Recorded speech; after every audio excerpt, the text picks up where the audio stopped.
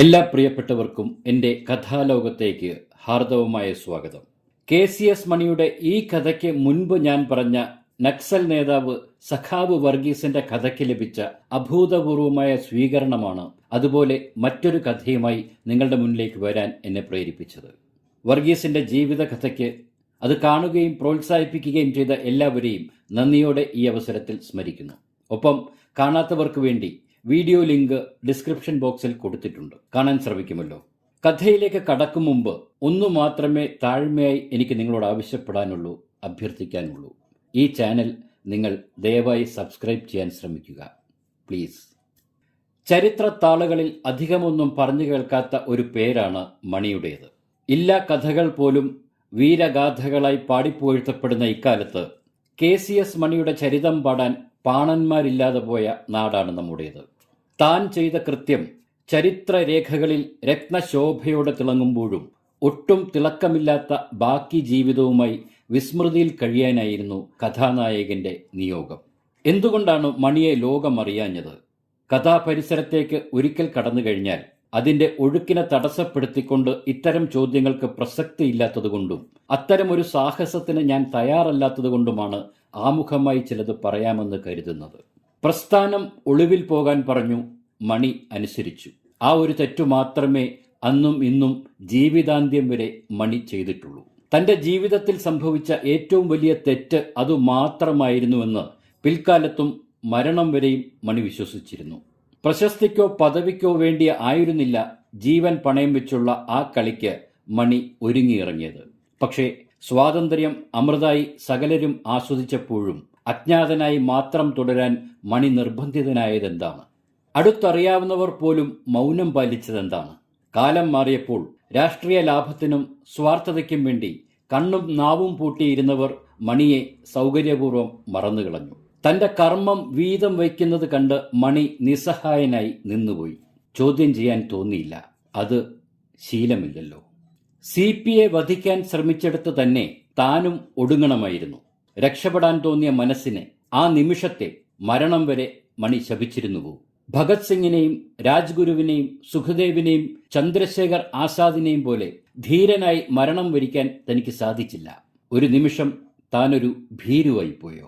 പിൽക്കാല ജീവിതത്തിന്റെ കൈപ്പേറിയ അനുഭവങ്ങളിൽ നിന്ന് ആ തെറ്റിന്റെ പേരിൽ മണി എന്ന ധീരനായ വിപ്ലവകാരിയുടെ കണ്ണിലൂടെ തോരാതൊഴുകിയിറങ്ങിയ കണ്ണീരിനൊപ്പം ത്യാഗോജ്ജലമായ ആ ജീവിത കഥയിലേക്ക് നമുക്കും കടക്കാം. KCS Mani, an unsung hero. പൂണൂലിൽ നിന്നും കമ്മ്യൂണിസത്തിലേക്കും, പുണ്യാഹത്തിൽ നിന്ന് വിപ്ലവത്തിലേക്കും, ഗായത്രി മന്ത്രത്തിൽ നിന്ന് സിന്ദാബാദിലേക്കും, അഗ്രഹാരത്തിൽ നിന്നും പാർട്ടി ഓഫീസിലേക്കും എടുത്തെറിയപ്പെട്ട ധീരസഖാവായിരുന്നു കോനാട്ടുമഠത്തിൽ ചിദംബര അയ്യർ ശിവസുബ്രഹ്മണ്യ അയ്യർ എന്ന KCS മണി. ബ്രാഹ്മണ്യത്തിന്റെ വിശുദ്ധിയും നൈർമല്യവും ഒപ്പം കറതീർന്ന കമ്മ്യൂണിസത്തിന്റെ വീര്യവും ഒരുപോലെ സിരകളിൽ കൊണ്ടു നടന്ന അപൂർവം വിപ്ലവകാരികളിൽ ഒരാളായിരുന്നു മണി. നമുക്കദ്ദേഹത്തെ സൗകര്യപൂർവ്വം മണിസ്വാമി എന്ന് വിളിക്കാം. സ്വരാജ്യ സ്നേഹത്തിന്റെ പേരിൽ അർഹതപ്പെട്ടതെല്ലാം വലിച്ചെറിഞ്ഞ് സ്വാതന്ത്ര്യത്തിനും സമത്വത്തിനും വേണ്ടി ചെങ്കൊടിയേന്തി നിരന്തരം വിപ്ലവം നയിച്ച ധീരനായ ദേശസ്നേഹി. സ്വതന്ത്ര ഭാരതത്തിന്റെയും ഐക്യ കേരളത്തിന്റെയും സമരചരിത്ര ശേഷിപ്പുകളിലെങ്ങും സുവർണ ലിപികളിൽ പോയിട്ട് പേരിന് പോലും പരാമർശമില്ലാത്ത, എഴുതപ്പെടാതെ പോയ സമരനായകരുടെ കൂട്ടത്തിൽ പാടിപ്പുകഴ്ത്താതെ പോയ വീരന്മാരുടെ ഗണത്തിൽ മാത്രം പെടുത്തപ്പെട്ട മണിയുടേത് സംഭവബഹുലമായ ജീവിതകഥയാണ്. അമേരിക്കൻ മോഡൽ അറബിക്കടലിൽ വലിച്ചെറിഞ്ഞ സ്വാതന്ത്ര്യ സമര തീച്ചൂളയിൽ നിന്നും വിസ്മൃതിയുടെ അതേ ആഴങ്ങളിലേക്ക് ആണ്ടുപോയ ഒരു പോരാളിയുടെ സമരഗാഥയും അതിലെ നായകന്റെ ആത്മാവിനെയും കണ്ടെത്താൻ ശ്രമിക്കുകയും ത്യാഗദീപ്തമായ ആ വിപ്ലവയാത്രയുടെ പ്രസക്തമായ ഏതാനും ഏടുകൾ മാത്രം വാമൊഴിയായി നിങ്ങളിലേക്ക് എത്തിക്കുവാനും മാത്രമാണ് എൻ്റെ എളിയ ശ്രമം. ഭാരതത്തിന്റെ സ്വാതന്ത്ര്യ സമര ചരിത്രത്തിൽ നിർണായക പങ്ക് വഹിച്ച ഭഗത് സിംഗിനും ചന്ദ്രശേഖർ ആസാദിനുമൊക്കെ തുല്യമായിട്ട് പോലും സ്വാതന്ത്ര്യാനന്തര കേരള ചരിത്രത്തിൽ ഏറെയും അജ്ഞാതനായി കഴിയാൻ മാത്രം വിധിക്കപ്പെട്ട് മൺമറഞ്ഞുപോയ ആ വിപ്ലവ നായകന് മുന്നിൽ ഒരു നിമിഷം ശിരസ് നമിച്ചുകൊണ്ട് ആ നാവ് 1000 തവണ ഉച്ചത്തിൽ വിളിച്ച സമരശീലികൾ ഒരിക്കൽ കൂടി ആവർത്തിക്കട്ടെ. ഇൻകുലാബ് സിന്ദാബാദ്.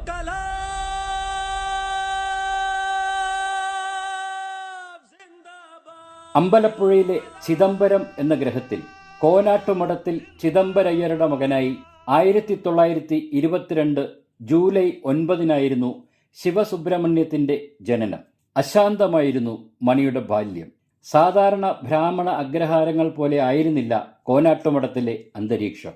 കർഷകനും ആ പ്രദേശത്തെ കായബലം കൊണ്ട് ചോദ്യം ചെയ്യപ്പെടാനാവാത്ത വ്യക്തിയുമായിരുന്നു പിതാവ് ചിദംബര അയ്യർ. ഒപ്പം ലേശം ഭ്രാന്തും. സമനില തെറ്റിയാൽ അയ്യർ മതമിളകിയ കൊമ്പനെപ്പോലെയാവും. പട്ടർക്ക് ഇളകിയെന്ന് കേട്ടാൽ അമ്പലപ്പുഴയിലെ കടകമ്പോളങ്ങൾ അടഞ്ഞുകിടക്കും.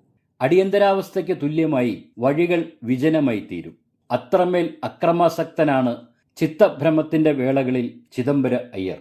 അതുകൊണ്ട് തന്നെ ഗായത്രി മന്ത്രം ഉരുവിടുന്ന ശാന്തമായ മറ്റ് അഗ്രഹാരങ്ങളിൽ നിന്ന് തികച്ചും വ്യത്യസ്തമായ കോടതിയും കേസും അടിപിടിയുമൊക്കെയായി സുഖകരമല്ലാത്ത ഒരന്തരീക്ഷത്തിലാണ് മണിയുടെ ജീവിതം കടന്നുപോയത്. 1104 ചിങ്ങമാസത്തിലെ അഷ്ടമിരോഹിണി മഹോത്സവം അമ്പലപ്പുഴ ശ്രീകൃഷ്ണസ്വാമി ക്ഷേത്രത്തിൽ ഊട്ട് നടക്കുകയാണ്. അന്ന് 7 വയസ്സാണ് മണിക്ക്. ക്ഷേത്രത്തിലെ കാഴ്ചകളൊക്കെ കണ്ട് അവൻ കസവ് നേരിയതുമുടുത്ത് കുളപ്പുരയ്ക്കടുത്ത് അങ്ങനെ നിൽക്കുമ്പോഴാണ് പെട്ടെന്ന് അച്ഛൻ അവന്റെ അടുത്തേക്ക് വന്നത്. അച്ഛന്റെ മുഖത്തെ ഭാവമാറ്റം ആ കൊച്ചു മനസ്സ് തിരിച്ചറിയും മുമ്പേ ഭീകരമായ ഒരലർച്ചയോടെ മണിയെ ഇരുകാലുകളിലും തൂക്കിയെടുത്ത് ആ പിതാവ് ക്ഷേത്രക്കുളത്തിലേക്ക് വലിച്ചെറിഞ്ഞു. ഒരു നിമിഷം കൊണ്ട് നടന്ന ആ സംഭവം കണ്ട് ക്ഷേത്രമൊന്നടങ്കം നിശബ്ദരായി നടുങ്ങി നിന്നു. തല കീഴായി കുളത്തിലേക്ക് മുങ്ങിപ്പോയ മണി ഒരുവിധം കൈകൾ കുഴഞ്ഞെങ്കിലും നീന്തിക്കയറി. വീഴ്ചയിൽ അഴിഞ്ഞുപോയ ഉടുതുണിയെക്കുറിച്ച് പോലും ഓർക്കാതെ ശീവേലിപ്പുരയുടെ പിന്നിലൂടെ ആ ബാലൻ അവന്റെ വീടിനെ ലക്ഷ്യമാക്കി ഓടി. അവിടം കൊണ്ടും തീർന്നില്ല. വീട്ടിൽ തിരിച്ചെത്തിയ പിതാവ് തളർന്നു കിടക്കുന്ന മണിയുടെ അടുത്തേക്കെത്തി. ഭ്രാന്ത് അതിന്റെ മൂർധന്യാവസ്ഥയിലെത്തിയ നേരത്ത് ചിദംബരയ്യർ അലറി വിളിച്ചുകൊണ്ട് ചോദിച്ചു, "അന്ത കൊളന്തേ കൊല്ലട്ടുമാ?" മണിയുടെ അരികിലിരുന്ന അവന്റെ അമ്മ ദീനമായ മിഴികളുയർത്തി ഭർത്താവിനെ നോക്കി ഒടുവിൽ വിറയാർന്ന സ്വരത്തിൽ ചോദിച്ചു, "നമ്മ കുളന്തയല്ലവാ, കൊല്ലുവാളാ? നമ്മുടെ കുഞ്ഞല്ലേ, അതിനെ കൊല്ലാൻ കഴിയുമോ?" എന്ന ഭാര്യയുടെ 10 മാസം ചുമന്നു പ്രസവിച്ച ഒരമ്മയുടെ നെഞ്ചുപൊട്ടിയുള്ള ചോദ്യത്തിനു മുന്നിൽ ചിദംബര അയ്യർ അത്ഭുതകരമായി അടങ്ങി. ജലം മരണത്തിന്റെ മുഖം കാട്ടി ഒരിക്കൽ കൂടി മണിയുടെ ജീവിതത്തിലേക്ക് കടന്നു വന്നിട്ടുണ്ട്. അമ്പലപ്പുഴയിൽ 3rd ഫാറം പഠിക്കുന്ന കാലത്ത് കടലിൽ കുളിക്കാനിറങ്ങിയ മണിയെ വലിയൊരു തിര കടലിലേക്കെടുത്തു. അപ്രതീക്ഷിതമായി വന്ന മറ്റൊരു കൂറ്റൻ തിരമാല അവനെ തിരികെ കരയിലേക്കും ജീവിതത്തിലേക്കും തന്നെ തിരികെ എത്തിക്കുകയും ചെയ്തു. പിന്നീട് ഒരിക്കൽ പോലും ജീവിതത്തിൽ തനിക്ക് മരണഭയം ഉണ്ടായിട്ടില്ലെന്നാണ് പിൽക്കാലത്ത് മണി പലരോടും പറഞ്ഞിട്ടുള്ളത്. സർ CP രാമസ്വാമി അയ്യരെ വധിക്കാനുള്ള ചുമതല സ്വയം ഏറ്റെടുത്തപ്പോഴും ആ വധത്തിനു ശേഷം തൂക്കിലേറ്റപ്പെടുകയോ വെടിയേറ്റു മരിക്കുകയോ ചെയ്തേക്കാമെന്ന തരത്തിലുള്ള ഭയം മണിയിൽ ലവലേശം ഉണ്ടായിരുന്നില്ലെന്നാണ് അത് ശരിവെച്ചുകൊണ്ട് സഹപ്രവർത്തകർ സാക്ഷ്യപ്പെടുത്തിയിട്ടുള്ളത്. ആലപ്പുഴ SDV സ്കൂളിൽ നിന്ന് ഫൈനൽ ജയിച്ച് ടൈപ്പ് റൈറ്റിംഗും ഷോർട്ട് ഹാൻഡും പഠിച്ചിറങ്ങിയ മണി നന്നേ ചെറുപ്പത്തിൽ തന്നെ കടുത്ത പുസ്തകപ്രേമിയും പരന്ന വായനാശീലമുള്ള ആളുമായിരുന്നു. RSP നേതാവ് N ശ്രീകണ്ഠൻ നായരെ കണ്ടുമുട്ടിയതാണ് മണിയുടെ ജീവിതത്തിലെ വഴിത്തിരിവായി മാറുന്നത്. കോനാട്ടുമഠത്തിനും അധികം അകലെയായിരുന്നില്ല ശ്രീകണ്ഠൻ നായരുടെ തറവാടായ ചിറപ്പറമ്പ് വീട്. അവിടുത്തെ അമ്മ ജാനകിയമ്മ ടീച്ചർക്ക് മണിയെ ജീവനായിരുന്നു. ശ്രീകണ്ഠൻ നായർക്ക് സഹോദരങ്ങൾ ഉണ്ടായിരുന്നില്ലെങ്കിലും ഇളയ സഹോദരൻ എന്ന സ്ഥാനം മണിക്കവിടെ ലഭിച്ചിരുന്നു. ആ ഇടയ്ക്കാണ് ടൈഫോയിഡ് ബാധിതനായി ശ്രീകണ്ഠൻ നായർ ആലപ്പുഴയിൽ ഒരു ആശുപത്രിയിൽ അതീവ ഗുരുതരാവസ്ഥയിൽ അഡ്മിറ്റ് ചെയ്യപ്പെട്ടത്. മരണാസന്നനായി 105 ദിവസത്തോളം ആശുപത്രിയിൽ കിടന്നപ്പോൾ ഒരു കൂടപ്പിറപ്പിനെ പോലെ അദ്ദേഹത്തിന്റെ കട്ടിലിനടുത്തു നിന്നും മാറാതെ ഊണും ഉറക്കവും ഉപേക്ഷിച്ച് നിന്നാണ് മണി പരിചരിച്ചത്. അന്ന് RSP എന്ന പാർട്ടി രൂപീകൃതമായിട്ടില്ല. മത്തായി മാഞ്ഞൂരാനടക്കമുള്ള KSP എന്ന കേരള സോഷ്യലിസ്റ്റ് പാർട്ടിയിലാണ് ശ്രീകണ്ഠൻ നായർ അടക്കമുള്ളവരുടെ പ്രവർത്തനം. അന്ന് ട്രേഡ് യൂണിയൻ പ്രവർത്തനങ്ങളിലൂടെ പ്രസിദ്ധനായി കഴിഞ്ഞിരുന്ന ശ്രീകണ്ഠൻ നായർ അറിയപ്പെടുന്ന നേതാവായി കഴിഞ്ഞിരുന്നു. നീണ്ട ആശുപത്രിവാസത്തിനിടയിൽ അദ്ദേഹത്തെ കാണാൻ അവിടെ എത്തുന്നവർക്കെല്ലാം മണി എന്ന യുവാവ് ഒരത്ഭുതവും ഒപ്പം ചിരപരിചിതനുമായി തീർന്നു. സത്യത്തിൽ N ശ്രീകണ്ഠൻ നായരുമായുള്ള ആ സഹവാസമാണ് മണിയിൽ വിപ്ലവത്തിന്റെ വിത്തുകൾ പാകിയത്. ആരോഗ്യ ദൃഢഗാത്രനായ മണിയുടെ മനസ്സും അതിലേറെ ദൃഢതയുള്ളതായിരുന്നു. ഭയം ലവലേശമില്ലാത്ത പ്രകൃതം. എന്തിനും ഏതിനും മുൻപിൻ ആലോചിക്കാതെ ആത്മവിശ്വാസത്തോടെ മുന്നിട്ടിറങ്ങുന്നതാണ് ശീലം. വിപ്ലവ പ്രസ്ഥാനവുമായി പ്രവർത്തിക്കാൻ മറ്റാർക്കുമില്ലാത്തൊരു ധൈര്യം മണിയിൽ തുടക്കം മുതൽ തന്നെ പ്രകടമായിരുന്നു. മകൻ വിപ്ലവ പ്രസ്ഥാനങ്ങളുമായി കൂടുതലായി ബന്ധപ്പെടാൻ തുടങ്ങിയതൊക്കെ പിതാവ് ചിദംബര അയ്യർ അറിയുന്നുണ്ടായിരുന്നു. എൻ ശ്രീകണ്ഠൻ നായരെ അയ്യർക്ക് വലിയ കാര്യമായിരുന്നു. ആ കുടുംബത്തെ അടുത്തറിയാമായിരുന്ന ചിദംബര അയ്യർക്ക് അതുകൊണ്ട് തന്നെ ശ്രീകണ്ഠൻ നായരോട് ദേഷ്യമില്ലായിരുന്നുവെങ്കിലും മകനെ ഇങ്ങനെ വെറുതെ കൂടെ കൊണ്ടു നടക്കാതെ എന്തെങ്കിലും ഒരു ജോലി വാങ്ങിക്കൊടുക്കാൻ നിരന്തരം ഉപദേശിക്കുമായിരുന്നു. മണിയുടെ പിതാവിന്റെ ആഗ്രഹപ്രകാരം ശ്രീകണ്ഠൻ നായർ മണിക്ക് കൊല്ലത്തൊരു ജോലി ശരിയാക്കി നൽകി. അന്ന് കൊല്ലം മേഖലയായിരുന്നു ശ്രീകണ്ഠൻ നായരുടെ രാഷ്ട്രീയ പ്രവർത്തനങ്ങളുടെ തട്ടകം. കൊല്ലം ചവറ പ്രദേശങ്ങളിൽ ട്രേഡ് യൂണിയൻ പ്രവർത്തനങ്ങൾ കൊണ്ടുപിടിച്ചു നടക്കുന്ന കാലം കൂടിയാണന്ന്. മണിയെ ജോലി നൽകി കൊല്ലത്ത് കൊണ്ടുവരുന്നതിന് പിന്നിൽ ശ്രീകണ്ഠൻ നായർക്ക് 2 ലക്ഷ്യങ്ങളുണ്ടായിരുന്നു. ഒന്ന്, താൻ മണിയുടെ പിതാവിന് നൽകിയ വാക്ക് പാലിക്കുക എന്നതും മറ്റൊന്ന് രാഷ്ട്രീയപരമായ കാര്യവുമായിരുന്നു. Quilon factory workers union office സെക്രട്ടറിയായി അതുവരെ പ്രവർത്തിച്ചിരുന്ന TK ദിവാകരൻ തൊഴിലാളി പ്രവർത്തനം ആരംഭിച്ച കാലം കൂടിയായിരുന്നു അത്. കൊല്ലത്തെത്തിയ മണിക്ക് അവിടെ ഒരു ഫാക്ടറിയിൽ ടാലി ക്ലർക്കിന്റെ തസ്തികയിൽ നിയമനം ശരിയാക്കുകയും ഒപ്പം TK ദിവാകരൻ ഒഴിഞ്ഞ യൂണിയൻ ഓഫീസ് സെക്രട്ടറിയായി ഇരുത്തുകയും ചെയ്തു. അക്കാലം കൊല്ലത്ത് വ്യവസായത്തിന്റെ പുഷ്കല കാലം കൂടിയായിരുന്നതിനാൽ തന്നെ ഓട്, ഇഷ്ടിക, തടി, കശുവണ്ടി തൊഴിലാളി പ്രസ്ഥാനങ്ങളും മറ്റനേകം തൊഴിലാളി സംഘടനകളും കൊല്ലം ആസ്ഥാനമാക്കി പ്രവർത്തിച്ചിരുന്നു. അങ്ങനെ കൊല്ലത്തെത്തിയ മണിസ്വാമി ഓഫീസ് സെക്രട്ടറിയായും പിന്നെ അല്പസ്വല്പം യൂണിയൻ പ്രവർത്തനങ്ങളുമൊക്കെയായി കൊല്ലത്തെ രാഷ്ട്രീയ ഭൂമികയിൽ കാലുറപ്പിച്ചു നിന്നു. 1946 കാലമായപ്പോഴേക്കും ശ്രീകണ്ഠൻ നായർ ഒളിവിൽ പോയതോടെ ഭാരിച്ച ഉത്തരവാദിത്വങ്ങളാണ് മണിയുടെ മേൽ വന്നു ചേർന്നത്. ഇതിനിടയിലായിരുന്നു പിതാവിന്റെ ആകസ്മികമായ മരണം. അങ്ങനെ 54-ാമത്തെ വയസ്സിൽ പ്രതാപിയായിരുന്ന കോനാട്ടുമഠത്തിൽ ചിദംബര അയ്യർ 1120 ഇടവം 8-ാം തീയതി ഈ ലോകത്തോട് വിട പറഞ്ഞു. മണിയുടെ ജീവിതത്തിലെ 2ാം ഘട്ടമെന്നോ നിർണായകമായ കാലമെന്നോ വിളിക്കാവുന്ന നാളുകളായിരുന്നു പിന്നീടങ്ങോട്ട്. ബ്രിട്ടീഷ് ഭരണത്തിനെതിരെ മഹാത്മാഗാന്ധിയുടെ നേതൃത്വത്തിൽ ഇന്ത്യൻ നാഷണൽ കോൺഗ്രസും മറ്റു രാഷ്ട്രീയ പ്രസ്ഥാനങ്ങളും ഭാരതത്തിന്റെ സ്വാതന്ത്ര്യത്തിനു വേണ്ടി സമരങ്ങളുടെ ഒരു പരമ്പര തന്നെ അഴിച്ചുവിടുന്ന കാലമാണ്. ഗാന്ധിജിയുടെ അഹിംസാ മന്ത്രത്തിലൂന്നിയ സമരമുറകളോട് ആഭിമുഖ്യം നഷ്ടപ്പെട്ട ഒരു വിഭാഗം സായുധ സമരങ്ങളിലേക്കും ഭീകര പ്രവർത്തനങ്ങളിലേക്കുമൊക്കെ ചുവടുമാറ്റങ്ങൾ നടത്തിയിരുന്നു. പഞ്ചാബിലും ബംഗാളിലുമൊക്കെ ഇത്തരം രക്തരൂക്ഷിത വിപ്ലവം കൊണ്ട് സമരങ്ങൾ ചുവക്കുന്ന കാലമായിരുന്നു. സ്വാതന്ത്ര്യ സമരത്തിന്റെ ഏറ്റവും മഹത്തായ രക്തസാക്ഷികളായി ഭഗത് സിംഗും ചന്ദ്രശേഖർ ആസാദും സുഖ്ദേവും രാജ്ഗുരുവുമൊക്കെ തൂക്കിലേറ്റപ്പെട്ടതോടെ ആ വീരന്മാരുടെ ചോരയിൽ നിന്ന് ആവേശം ഉൾക്കൊണ്ട് ലക്ഷക്കണക്കിന് രാജ്യസ്നേഹികൾ ഭാരതത്തിന്റെ മുക്കിലും മൂലയിലും സ്വാതന്ത്ര്യത്തിനു വേണ്ടി അരയും തലയും മുറുക്കി ബ്രിട്ടീഷ് മേൽക്കോയ്മയെ ചോദ്യം ചെയ്തും മർദ്ദനങ്ങൾ ഏറ്റുവാങ്ങുകയും ചെയ്യുന്ന കലുഷിതമായ കാലം. ബ്രിട്ടീഷ് പട്ടാളം നരനായാട്ട് നടത്തുമ്പോൾ മഹാത്മജി ഇങ്ങനെ പറഞ്ഞു: ഇന്ത്യക്കൊരു വാളുണ്ടായിരുന്നെങ്കിൽ അത് ഉറയിൽ നിന്നൂരാനുള്ള പോർവിളി ഞാൻ നടത്തുമായിരുന്നു. നിർഭാഗ്യമെന്ന് പറയട്ടെ, നമുക്ക് അത്തരമൊരു വാളില്ല. അതുകൊണ്ട് തന്നെ നമ്മുടേത് അക്രമ മാർഗവുമല്ല. മറിച്ച് ഭഗത് സിംഗിനെയും മറ്റു സഖാക്കളെയും കഴുമരത്തിലേറ്റിയപ്പോൾ സുഭാഷ് ചന്ദ്രബോസ് പ്രഖ്യാപിച്ചത് ഈ അടിമ ഭാരതം 1000 ഭഗത് സിംഗുമാരെ ആവശ്യപ്പെടുന്നു എന്നാണ്. ഭഗത് സിംഗ് അടക്കമുള്ളവരുടെ രക്തസാക്ഷിത്വത്തിൽ പോലും മൗനവ്രതത്തിലായിരുന്ന ഗാന്ധിജിയെ ഏറെ രോഷത്തോടും ദുഃഖത്തോടെയും പണ്ഡിറ്റ് ജവഹർലാൽ നെഹ്റു കുറ്റപ്പെടുത്തുകയും ചെയ്തു. എന്നാൽ ബ്രിട്ടീഷ് പട്ടാളം എത്രത്തോളം ശക്തമായിരുന്നോ അതിലും 100 മടങ്ങ് ശക്തിയിലാണ് ദിനംപ്രതി പ്രതിഷേധങ്ങളുടെ ശക്തിയും വർദ്ധിച്ചു വന്നത്.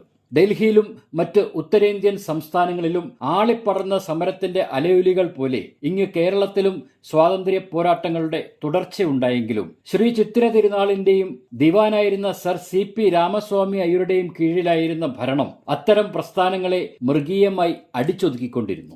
മഹാരാജാവ് എന്ന സ്ഥാനത്തിനപ്പുറം ഭരണം പൂർണ്ണമായും ദിവാൻ സർ CPയുടെ ഉരുക്കുമുഷ്ടിക്കുള്ളിലായിരുന്നു. സംസ്ഥാന പോലീസും കുതിരപ്പട്ടാളവും കൂടാതെ 5 രൂപ പോലീസ് എന്ന പേരിൽ അറിയപ്പെട്ടിരുന്ന സിംസൺ പടയെന്ന ഗുണ്ടാ സംഘവും തിരുവിതാംകൂറിൽ ഭീതിയുടെ നിഴൽ വീഴ്ത്തി അഴിഞ്ഞാടുകയായിരുന്നു.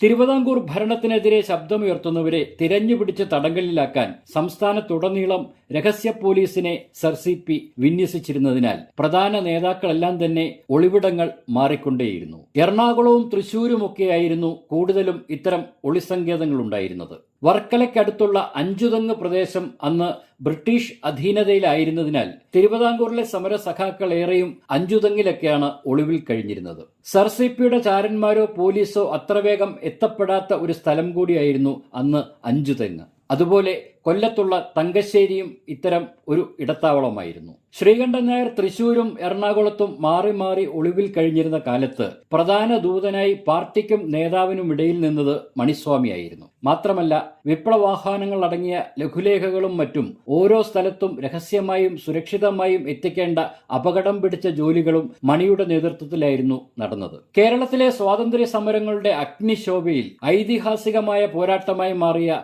പുന്നപ്ര വയലാർ സായുധ കലാപം അന്ന് നടക്കുകയാണ്. പട്ടാളത്തിന്റെ നിയന്ത്രണം സ്വയം ഏറ്റെടുത്ത ദിവാൻ പ്രക്ഷോഭകാരികളെ നിർദ്ധയം കൈകാര്യം ചെയ്യാൻ പട്ടാളത്തിന് അനുമതി നൽകി. കല്ലുകളും വാരിക്കുന്തങ്ങളുമായി പട്ടാളത്തിന് മുന്നിൽ നിന്ന സമരക്കാരെ മനുഷ്യത്വരഹിതമായ വെടിവയ്പിലൂടെ രക്തക്കടലിൽ മുക്കിയാണ് സർ CP അന്ന് പ്രതികരിച്ചത്. പുന്നപ്രയിലെയും വയലാറിലെയും വെളുത്ത മണ്ണ് ആയിരങ്ങളുടെ ചോര വീണ് ചുവന്നതോടെ വിപ്ലവ ശ്രമങ്ങൾക്ക് അയവ് വരുമെന്ന് ഭരണകൂടം കരുതിയെങ്കിലും മറിച്ചാണ് സംഭവിച്ചത്. സ്ഫിനിക്സ് പക്ഷികളെപ്പോലെ ഓരോ രക്തസാക്ഷികളിൽ നിന്നും ആവേശം ഉൾക്കൊണ്ട് ആയിരക്കണക്കായ പുതിയ വിപ്ലവകാരികൾ കേരളത്തിന്റെ മണ്ണിൽ ഉദയം ചെയ്തുകൊണ്ടേയിരുന്നു. പുന്നപ്ര വയലാർ സമരത്തിന് ശേഷവും സർ CP പക്ഷെ വെറുതെയിരുന്നില്ല. കോൺഗ്രസ് കമ്മ്യൂണിസ്റ്റ് പ്രസ്ഥാനങ്ങളുടെ തലമുതിർന്ന നേതാക്കന്മാരെ തിരഞ്ഞുപിടിച്ച് മർദ്ദിക്കാനും തടവിലാക്കാനും നീക്കങ്ങൾ ആരംഭിച്ചു. ഗുണ്ടാ സംഘങ്ങളെ കൊണ്ട് ആനി മസ്കറിന്റെ വീട് ആക്രമിക്കുകയും തീയിടുകയും വരെ ചെയ്തത് ജനരോഷം വീണ്ടും ജ്വലിപ്പിച്ചു. 1945 ജൂലൈ 26 ബ്രിട്ടനിൽ ആറ്റ്ലിയുടെ ലേബർ പാർട്ടി അധികാരത്തിലെത്തിയതോടെ ഇന്ത്യയ്ക്ക് സ്വാതന്ത്ര്യം നൽകാനുള്ള നടപടികളിൽ ബ്രിട്ടീഷ് ഗവൺമെന്റ് അന്തിമമായ തീരുമാനത്തിലെത്തി. എന്നാൽ സൂര്യൻ അസ്തമിക്കാത്ത ബ്രിട്ടീഷ് സാമ്രാജ്യത്തിന്റെ മരണമണി ഇന്ത്യയിൽ മുഴങ്ങുന്നത് ഇവിടുത്തെ നാട്ടുരാജാക്കന്മാരെ തെല്ലൊന്നുമല്ല ഞെട്ടിച്ചത്. ബ്രിട്ടീഷ് ഭരണത്തിന് കീഴിലും തങ്ങളുടെ രാജപദവിയും സുഖലോലുപതയും ആവോളം ആസ്വദിച്ചുകൊണ്ടിരുന്ന നാട്ടുരാജ്യങ്ങളുടെ ഭരണാധികാരികൾ ഒറ്റ രാത്രി കൊണ്ട് തങ്ങൾ സിംഹാസനത്തിൽ നിന്നും പടിയിറക്കപ്പെടുന്നതും ജനങ്ങളാൽ ഭരിക്കപ്പെടുന്നതും ഓർത്ത് ഉറക്കം നഷ്ടപ്പെട്ടവരായി മാറിയിരുന്നു. അതോടെ ഓരോ നാട്ടുരാജ്യങ്ങളും സ്വാതന്ത്ര്യത്തിന് ശേഷവും സ്വതന്ത്ര സ്റ്റേറ്റുകളായി തുടരുമെന്നുള്ള ഭീഷണി മുഴക്കി. തിരുവിതാംകൂറും ഇപ്രകാരം സ്വതന്ത്രമായി നിൽക്കുമെന്ന് ബ്രിട്ടീഷ് അധികൃതരെ അറിയിച്ചു. ഹൈദരാബാദിലെ നവാബ്, ജയ്പൂർ ദിവാൻ മിർസ ഇസ്മായിൽ, തിരുവിതാംകൂർ ദിവാൻ സർ CP രാമസ്വാമി അയ്യർ എന്നിവരായിരുന്നു ഇക്കാര്യത്തിൽ മുൻപന്തിയിൽ നിന്നത്. നരേന്ദ്രമണ്ഡലം എന്നാണ് ഇന്ത്യൻ യൂണിയനിൽ ചേരാൻ വിസമ്മതിച്ച ഈ നാട്ടുരാജ്യങ്ങളുടെ കൂട്ടായ്മ അറിയപ്പെട്ടത്.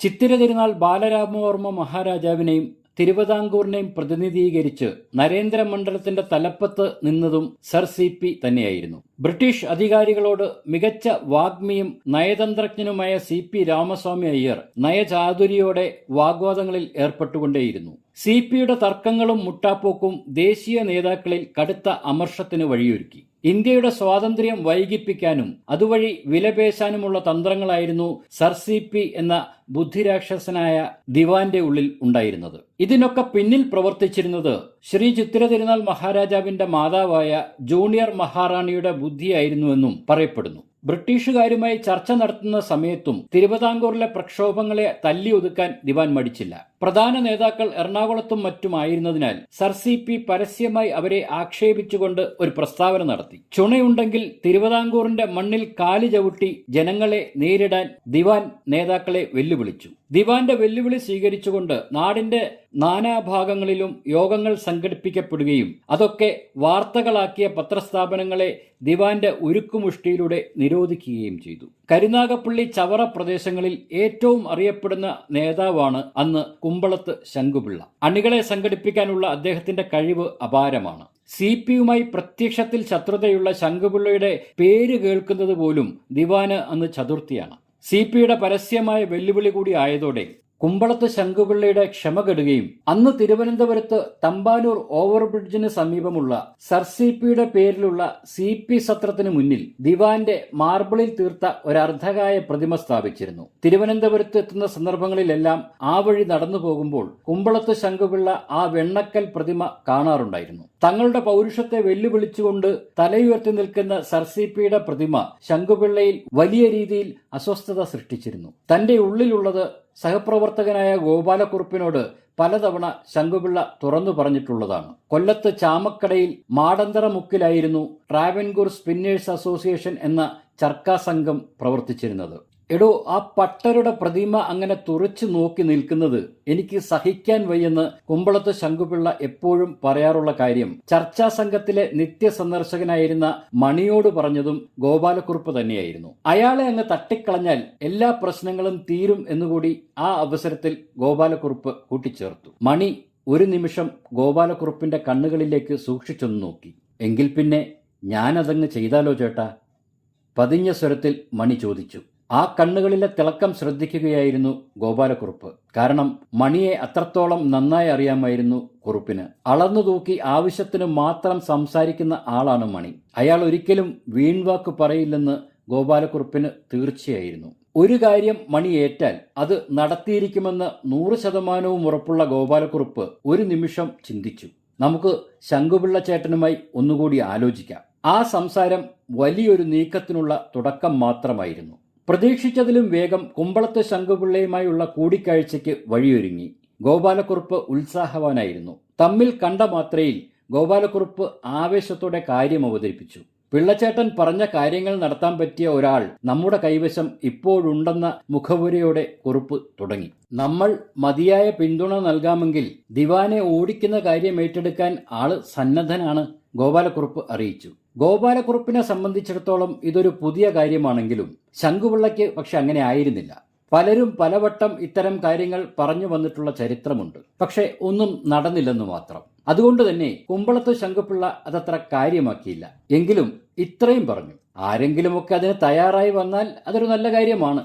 ഈ നിൽക്കുന്ന ആളാണ് അതിനായി വന്നിട്ടുള്ളത്. മണിയെ ചൂണ്ടി തിടുക്കത്തിൽ ഗോപാലക്കുറുപ്പ് പറഞ്ഞത് കേട്ട് ശങ്കുപിള്ള മണിയെ അടിമുടിയൊന്ന് നോക്കി. ആള് തരക്കേടില്ലെന്ന് മനസ്സിൽ കരുതിയ പിള്ള കാര്യങ്ങളുടെ ഗൗരവം ആ യുവാവിനെ പറഞ്ഞു മനസ്സിലാക്കി. അന്നത്തെ തിരുവിതാംകൂറിലെ നിയമം അനുസരിച്ച് തെറ്റു ചെയ്തത് ബ്രാഹ്മണ സമുദായ അംഗമാണെങ്കിൽ തൂക്കുകയർ കിട്ടുന്നത് ഒഴിവാകും. പക്ഷേ അതിനോളം പോന്ന ഭീകരമായ മർദ്ദനമുറകൾ താങ്ങാനുള്ള കരുത്തുണ്ടാവുമോ? ആശങ്കയോടെ ശങ്കുപിള്ള മണിയോട് അന്വേഷിച്ചു. എനിക്കതിലൊന്നും ഭയമില്ല. അക്ഷോഭ്യനായി നിന്നുകൊണ്ട് അല്പം പോലും ആലോചിക്കാതെയുള്ള ദൃഢതയുള്ള ഉത്തരം ശങ്കുപിള്ളയെ അത്ഭുതപ്പെടുത്തി. എങ്കിൽ ഞങ്ങളുടെ പിന്തുണ ഉണ്ടാകുമെന്ന് ഉറപ്പിച്ചോളൂ. അതോടെ ആ കൂടിക്കാഴ്ചയ്ക്ക് വിരാമമായി. പിന്നീട് 1-2 വട്ടം ഗോപാലക്കുറുപ്പ് ശങ്കുപിള്ളയുമായി കണ്ടെങ്കിലും കാര്യത്തിലൊരു പൂർണ്ണ വിശ്വാസം വരാത്ത തന്റെ അവസ്ഥ പിള്ള കുറുപ്പുമായി പങ്കുവച്ചു. അപ്പോഴാണ് ഗോപാലക്കുറുപ്പ് മറ്റൊരു ഉദ്യമത്തെക്കുറിച്ച് ശങ്കുപിള്ളയോട് പറഞ്ഞത്. ശരി, തൽക്കാലം മറ്റൊന്ന് ചെയ്യാം. ആളെ കൊണ്ട് ഇങ്ങനെയുള്ള കാര്യം ചെയ്യാൻ പറ്റുമോ എന്നറിയാൻ നമുക്ക് ആ CP സത്രത്തിന് മുന്നിലെ ദിവാന്റെ പ്രതിമ തകർക്കാൻ പറഞ്ഞാലോ? അപ്പോഴറിയാമല്ലോ എന്ത് ചെയ്യാൻ കഴിയുമെന്ന്. ഗോപാലക്കുറുപ്പ് അപ്പോൾ പറഞ്ഞത് ശരിയാണെന്ന് ശങ്കുപിള്ളയ്ക്കും തോന്നി. അടുത്ത കൂടിക്കാഴ്ചയിൽ പ്രതിമ തകർക്കാമെന്ന് ആത്മവിശ്വാസത്തോടെ തന്നെ മണി പറഞ്ഞു. എങ്കിലത് നടക്കട്ടെ.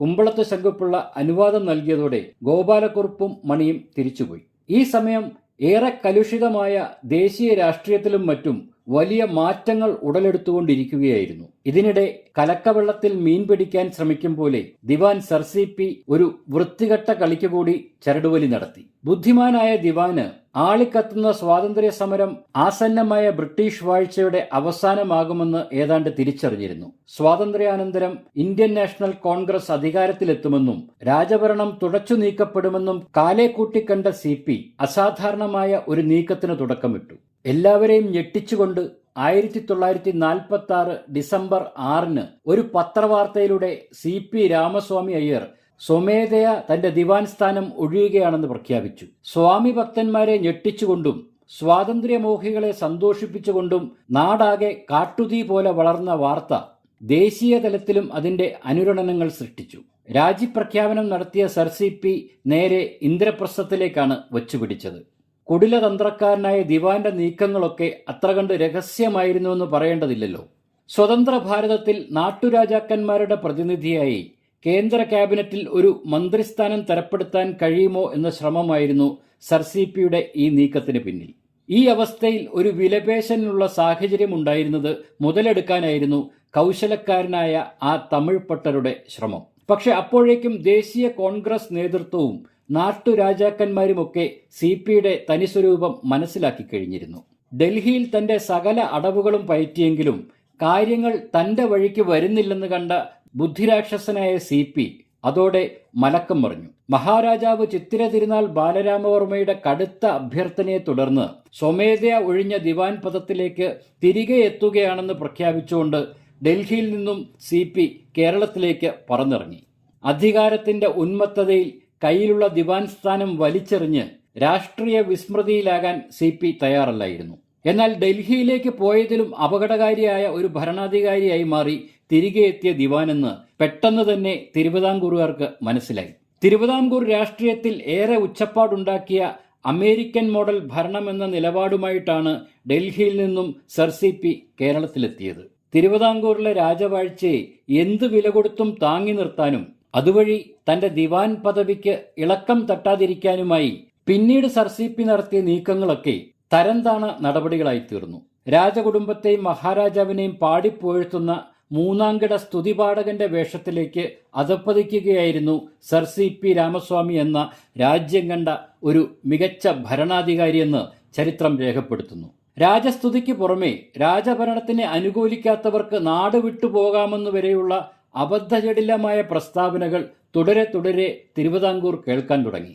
ദിവാന്റെ മാനസിക നിലയ്ക്ക് തകരാറുണ്ടോ എന്നുപോലും ജനങ്ങൾ സംശയിച്ചു തുടങ്ങിയ നാളുകളായിരുന്നു അത്. എന്നാൽ ജൂനിയർ റാണിയുടെ തന്ത്രങ്ങളെ പൊതുജന സമക്ഷം അവതരിപ്പിക്കുക മാത്രമാണ് അന്ന് ദിവാൻ ചെയ്തിരുന്നതെന്നും ഒരു കൂട്ടം ചരിത്രകാരന്മാർ കരുതുന്നുണ്ട്. ഭരണാധികാരി എന്ന നിലയിലും മികച്ച രാഷ്ട്രീയ തന്ത്രജ്ഞൻ എന്ന നിലയിലും പരിണിതപ്രജ്ഞനായ സർ CP എന്ന വ്യക്തിത്വത്തിനുമേൽ കരിനിഴൽ വീഴ്ത്തുന്ന നടപടികൾ തിരുവിതാംകൂർ രാഷ്ട്രീയത്തെയും സ്വാതന്ത്ര്യ സമര പ്രവർത്തകരെയും കൂടുതൽ അക്രമോത്സുകരാകാൻ പ്രേരിപ്പിച്ചു. പുന്നപ്ര വയലാറിലെ നരനായാട്ടിന് ശേഷം കമ്മ്യൂണിസ്റ്റുകാരും വിദ്യാർത്ഥി പ്രസ്ഥാനങ്ങളുമൊക്കെ ദിവാനെതിരെ ആഞ്ഞടിക്കാൻ ശ്രമം നടത്തിക്കൊണ്ടിരിക്കുന്ന സമയത്താണ് CP സത്രത്തിന് മുന്നിലുള്ള ദിവാന്റെ പ്രതിമ തല്ലിത്തകർക്കാനുള്ള നിയോഗവുമായി മണി തിരുവനന്തപുരത്തെത്തുന്നത്. ചാക്കയിലുള്ള റബ്ബർ ഫാക്ടറി വർക്കേഴ്സ് യൂണിയനായിരുന്നു മണിയുടെ താവളം. അന്ന് യൂണിയൻ ആഫീസിന്റെ ചുമതല സദാനന്ദ ശാസ്ത്രികൾ എന്നയാൾക്കായിരുന്നു. മണി അവിടെ എത്തും മുമ്പ് കരുനാഗപ്പള്ളിയിൽ നിന്ന് കുമ്പളത്ത് ശങ്കുപിള്ളയുടെ സന്ദേശം യൂണിയൻ സെക്രട്ടറി ചെല്ലപ്പൻപിള്ളയ്ക്ക് ലഭിച്ചിരുന്നു. KCS മണിക്ക് വേണ്ട സഹായങ്ങൾ ചെയ്തു കൊടുക്കണമെന്ന് ശങ്കുപിള്ള സന്ദേശത്തിൽ നിർദ്ദേശിച്ചിരുന്നു. ചാക്കയിലെ യൂണിയൻ ഓഫീസിൽ എത്തുന്നതിന് മുൻപ് തമ്പാനൂരിൽ ബസ്സിറങ്ങിയ മണി നേരെ CP സത്രത്തിന് മുന്നിലേക്കാണ് പോയത്. ഉച്ചവെയിലത്ത് CPയുടെ പ്രതിമ ഒരു വഴിയാത്രക്കാരനെ പോലെ നിന്ന് മണി കുറെ നേരം കാണുകയും ചെയ്തു. നേരിട്ട് കണ്ടു കഴിഞ്ഞപ്പോഴാണ് കേട്ടതിൽ നിന്നൊക്കെ വ്യത്യസ്തമാണ് പ്രതിമയെന്ന് മണിക്ക് മനസ്സിലായത്. പറഞ്ഞവരൊക്കെ കളിമണ്ണുടയ്ക്കും പോലെ നിസ്സാരവൽക്കരിച്ച ആ പ്രതിമയുടെ നിർമ്മിതി അത്ര നിസ്സാരമല്ലെന്ന് ഒറ്റ നോട്ടത്തിൽ തന്നെ മണി തിരിച്ചറിഞ്ഞിരുന്നു. പ്രതിമയും അതിനോട് ചേർന്നുള്ള ചുറ്റുവേലിയും മണ്ഡപത്തിന്റെ ഉയരവും അങ്ങനെ കണ്ണിൽ കണ്ടതൊക്കെ മനസ്സിന്റെ കോണിൽ മണി വരഞ്ഞിട്ടുകൊണ്ടേയിരുന്നു. ഒടുവിൽ കൃത്യം നിർവഹിച്ച ശേഷം സുരക്ഷിതമായി മറയാനുള്ള സാഹചര്യങ്ങളെക്കുറിച്ചും സസൂക്ഷ്മമായി ഒന്ന് വിലയിരുത്തൽ നടത്തിയിട്ടാണ് മണി തിരികെ ചാക്കയിലെ യൂണിയൻ ഓഫീസിലേക്ക് പോയത്. മണിയെ സംബന്ധിച്ചിടത്തോളം പരിമിതമായ ആവശ്യങ്ങളെ തന്റെ ഉദ്യമത്തിനായി വേണ്ടിയിരുന്നുള്ളൂ. 2 കാര്യങ്ങൾ മാത്രമാണ് അതിനായി യൂണിയൻ സെക്രട്ടറി ചെല്ലപ്പൻപിള്ളയോട് മണി ആവശ്യപ്പെട്ടത്. ഒന്ന്, ബലമുള്ള ഒരു ചുറ്റിക. മറ്റൊന്ന്, കൃത്യം നടന്നു കഴിഞ്ഞാൽ സുരക്ഷിതമായി ഇരിക്കാൻ ഒരു ഒളിവിടം. മണിയുടെ ആവശ്യങ്ങൾ അപ്പോൾ തന്നെ ചെല്ലപ്പൻപിള്ള അംഗീകരിക്കുകയും ഫാക്ടറിയിൽ നിന്ന് ഒരു ചുറ്റിക എത്തിക്കുകയും ചെയ്തു. എന്നാൽ ചുറ്റിക കണ്ട മണിക്ക് അത്ര തൃപ്തി തോന്നിയില്ല. അതിന് താൻ ഉദ്ദേശിക്കുന്ന ബലമില്ലെന്ന് മണിക്ക് തോന്നി. നല്ല ഭാരമുള്ളത് വേണം. മാർബിൾ പ്രതിമയാണ്, നല്ല അധ്വാനമുണ്ടാകും. അവിടെ അധിക സമയം പാഴാക്കാൻ കഴിയില്ല. അതോടെ മണി ആവശ്യപ്പെട്ട പ്രകാരമുള്ള മറ്റൊന്ന് ചെല്ലപ്പൻപിള്ള സംഘടിപ്പിച്ചു കൊണ്ടുവന്നു. രണ്ടാമത് കൊണ്ടുവന്ന ചുറ്റിക മണിക്ക് നന്നായി ബോധിച്ചു. അതോടെ രാത്രിയിൽ തമ്പാനൂരിലേക്ക് പോകാൻ ഉറച്ച സംഘത്തിൽ മൂന്നാമതൊരാൾ കൂടി ചേർന്നിരുന്നു. തിരുവനന്തപുരത്ത് മണിയുടെ എല്ലാ പ്രവർത്തനങ്ങളും ഏകോപിപ്പിക്കാൻ ചുമതലപ്പെടുത്തിയിരുന്നത് ചെല്ലപ്പൻപിള്ളയെയും വേലായുധൻ നായരെയുമായിരുന്നു. ഇരുൾ വീണതും മൂവരും ചാക്കയിൽ നിന്ന് പുറപ്പെട്ട് രാത്രി 9 മണിയോടെ തമ്പാനൂരിലെ CP സത്രത്തിന് മുന്നിലെത്തി. ബസ് സ്റ്റാൻഡിൽ അപ്പോഴും നല്ല തിരക്കുള്ളതായി കണ്ടു. രാത്രി 12 മണി കഴിയാതെ ആളൊഴിയുകയില്ലെന്ന് വേലായുധൻ നായർ മണിയോട് പറഞ്ഞതിന് പ്രകാരം മൂവരും സമയം കളഞ്ഞു കിട്ടാൻ ന്യൂ തിയേറ്ററിൽ ഒരു സിനിമ കാണാനായി കയറി. സിനിമ കഴിഞ്ഞ് ചാല വഴി കറങ്ങിത്തിരിഞ്ഞ് സത്രത്തിനടുത്തെത്തുമ്പോൾ ഏകദേശം ആളൊഴിഞ്ഞ മട്ടിലായിരുന്നു പ്രദേശം. മണി ചെല്ലപ്പൻപിള്ളയോടും വേലായുധൻ നായരോടും റെയിൽവേ ലൈനിനപ്പുറം തന്നെ കാത്തു നിൽക്കാൻ നിർദ്ദേശിച്ചു. ആളുകൂടി എല്ലാവരും ആപത്തിലാകുന്നത് മണിക്കിഷ്ടമായിരുന്നില്ല. താൻ ഒറ്റയ്ക്കാണെങ്കിൽ രക്ഷപ്പെടാൻ കൂടുതൽ എളുപ്പമുണ്ട്. മൂവരിൽ ആരെങ്കിലും പിടിക്കപ്പെട്ടാലുള്ള അവസ്ഥ അവരെ ബോധ്യപ്പെടുത്തിയപ്പോൾ മനസ്സില്ലാ മനസ്സോടെ 2 പേരും മണിയെ തനിച്ചാക്കിയിട്ട് റെയിൽവേ ലൈൻ മുറിച്ചു കടന്ന് ഇരുളിൽ മറിഞ്ഞിരുന്നു. മണി സത്രം വളപ്പിലേക്ക് കയറി പരിസരമൊക്കെ ഒന്ന് വീക്ഷിച്ചിട്ട് തിരികെ പ്രതിമയ്ക്ക് സമീപം വന്നു.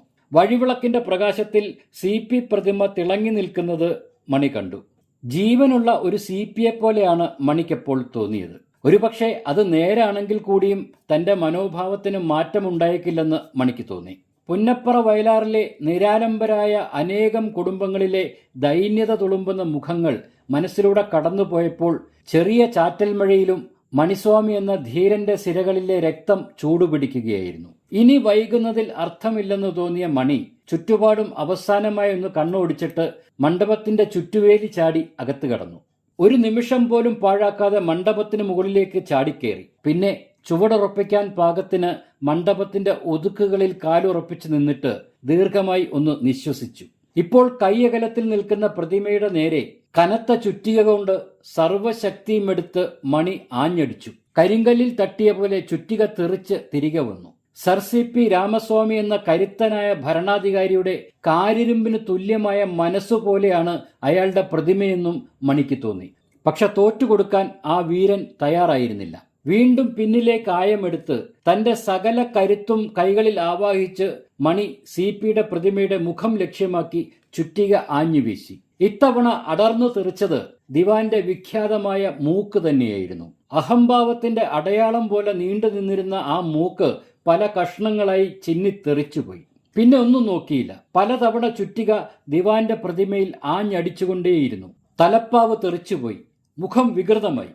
പ്രതിമയുടെ രൂപത്തിന് കാര്യമായ കോട്ടം സംഭവിച്ചിരിക്കുന്നു. കനത്ത നിശബ്ദതയിൽ വലിയ ശബ്ദമുണ്ടായതുകൊണ്ട് തന്നെ പരിസരത്ത് ആളനക്കം കേട്ടതും മണി മണ്ഡപത്തിൽ നിന്ന് താഴേക്ക് ചാടി ചുറ്റുവേലി കടന്ന് ക്ഷണനേരം കൊണ്ട് ഇരുട്ടിൽ മറഞ്ഞു.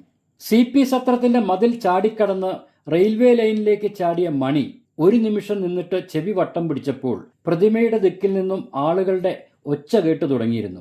അത് മനസ്സിലാക്കിയ മണി റെയിൽവേ ലൈനിലൂടെ അതിവേഗം മുന്നോട്ട് നടന്നു. ഇതിനോടകം ചുറ്റിക വലിച്ചെറിഞ്ഞു കളഞ്ഞിട്ട് ഒരു കഠാര കയ്യിലെടുത്ത് പിന്നിൽ ചേർത്ത് പിടിച്ചുകൊണ്ടാണ് അതിവേഗം മണി മുന്നോട്ട് നടന്നത്. മണിയുടെ പിന്നാലെ ചെല്ലപ്പൻ പിള്ളയും വേലായുധൻ നായരും ഒപ്പം ചേർന്നു. പേട്ടയിലെത്തുകയായിരുന്നു ലക്ഷ്യം. ഇരുളിന്റെ മറ ചേർന്ന് പേട്ടയിലെത്തി അവിടെ ഏർപ്പാടാക്കിയിരുന്ന ഒരു ചെറിയ മുറിയിൽ വെളുക്കുവോളം തങ്ങി അവിടെ നിന്ന് ചെല്ലപ്പൻപിള്ള കരുതിയിരുന്ന പുതിയ ഷർട്ടും മുണ്ടും ഉടുത്ത് നേരെ പേട്ട റെയിൽവേ സ്റ്റേഷനിലെത്തി. പിറ്റേന്ന് തിരുവനന്തപുരം നഗരം നടുക്കുന്ന ആ വാർത്ത കേട്ടാണ് ഉണർന്നത്. കേട്ടവർ CP സത്രത്തിന് മുന്നിലേക്ക് ഓടിയെത്തി ആ കാഴ്ച കണ്ടു. തകർന്ന് വികൃതമായി നിൽക്കുന്ന ദിവാന്റെ മുഖം.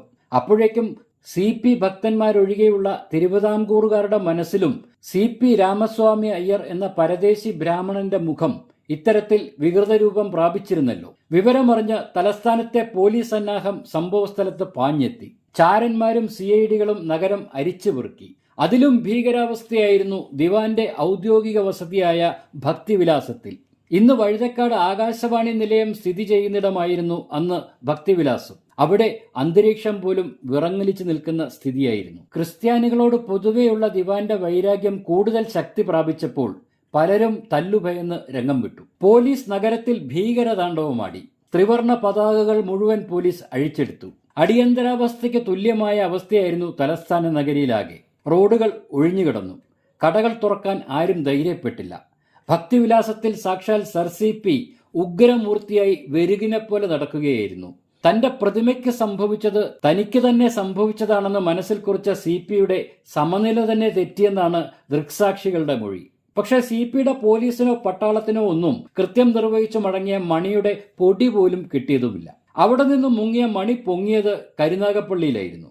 അവിടെ കുമ്പളത്ത് ശങ്കുപിള്ളയും ഗോപാലക്കുറുപ്പും ഒക്കെ അടങ്ങുന്ന വലിയൊരു സംഘം മണിയെ പ്രതീക്ഷിക്കുന്നുണ്ടായിരുന്നു.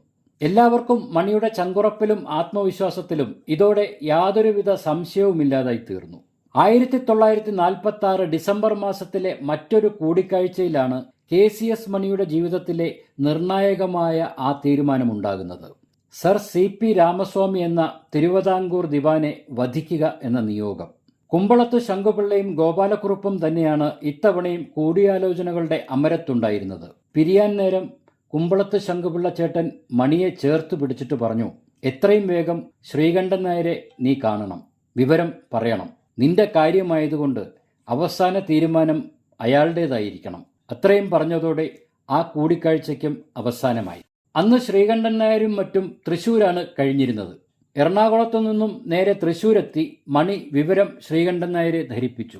അദ്ദേഹം ഒന്നും മിണ്ടിയില്ല. വല്ലാത്ത മൗനമാണ് അക്കാര്യത്തിൽ ശ്രീകണ്ഠൻ നായർ പുലർത്തിയത്. മണിയെ ആ ദൗത്യമേൽപ്പിക്കുന്നത് ചിന്തിക്കാനേ വയ്യ. കൂടെ പിറന്നതല്ലെങ്കിൽ കൂടി അതിലും വലിയൊരു സ്ഥാനമാണ് അവന് തൻ്റെ ഹൃദയത്തിലുള്ളത്. അവൻ്റെ അമ്മ, ഇനിയും വിവാഹം കഴിയാത്ത ഇളയ സഹോദരി, അതൊക്കെ മനസ്സിലേക്ക് ഓടിയെത്തിയപ്പോൾ ശ്രീകണ്ഠൻ നായർക്ക് മൗനമല്ലാതെ മറ്റൊരു വഴിയും മുന്നിലുണ്ടായിരുന്നില്ല. അറിഞ്ഞുകൊണ്ട് വിട്ടുകൊടുക്കാൻ മനസ്സനുവദിക്കുന്നില്ല. മണിയാണെങ്കിൽ തൻ്റെ തീരുമാനമറിയാൻ കാത്തുനിൽക്കുകയാണെന്ന് അദ്ദേഹത്തിന് മനസ്സിലായി. വല്ലാത്തൊരു സംഘർഷം ശ്രീകണ്ഠൻ നായരുടെ ഉള്ളിൽ തിരയടിച്ചുകൊണ്ടിരുന്നു. അവിടെ പലരും സന്നിഹിതരായിട്ടുണ്ട്. CPയെ വധിക്കാനുള്ള ദൗത്യം സ്വയം ഏറ്റെടുത്തു വന്നിരിക്കുന്ന സുമുഖനായ ഒരു യുവാവിനെയാണ് എല്ലാവരും കൗതുകത്തോടെ നോക്കിയിരുന്നത്. ശ്രീകണ്ഠൻ നായർ മണിയെ നോക്കി. അവന്റെ മുഖത്തെ നിശ്ചയദാർഢ്യം അദ്ദേഹത്തെ തളർത്തി. അവനെ നിരാശനാക്കാൻ കഴിയുമായിരുന്നില്ല.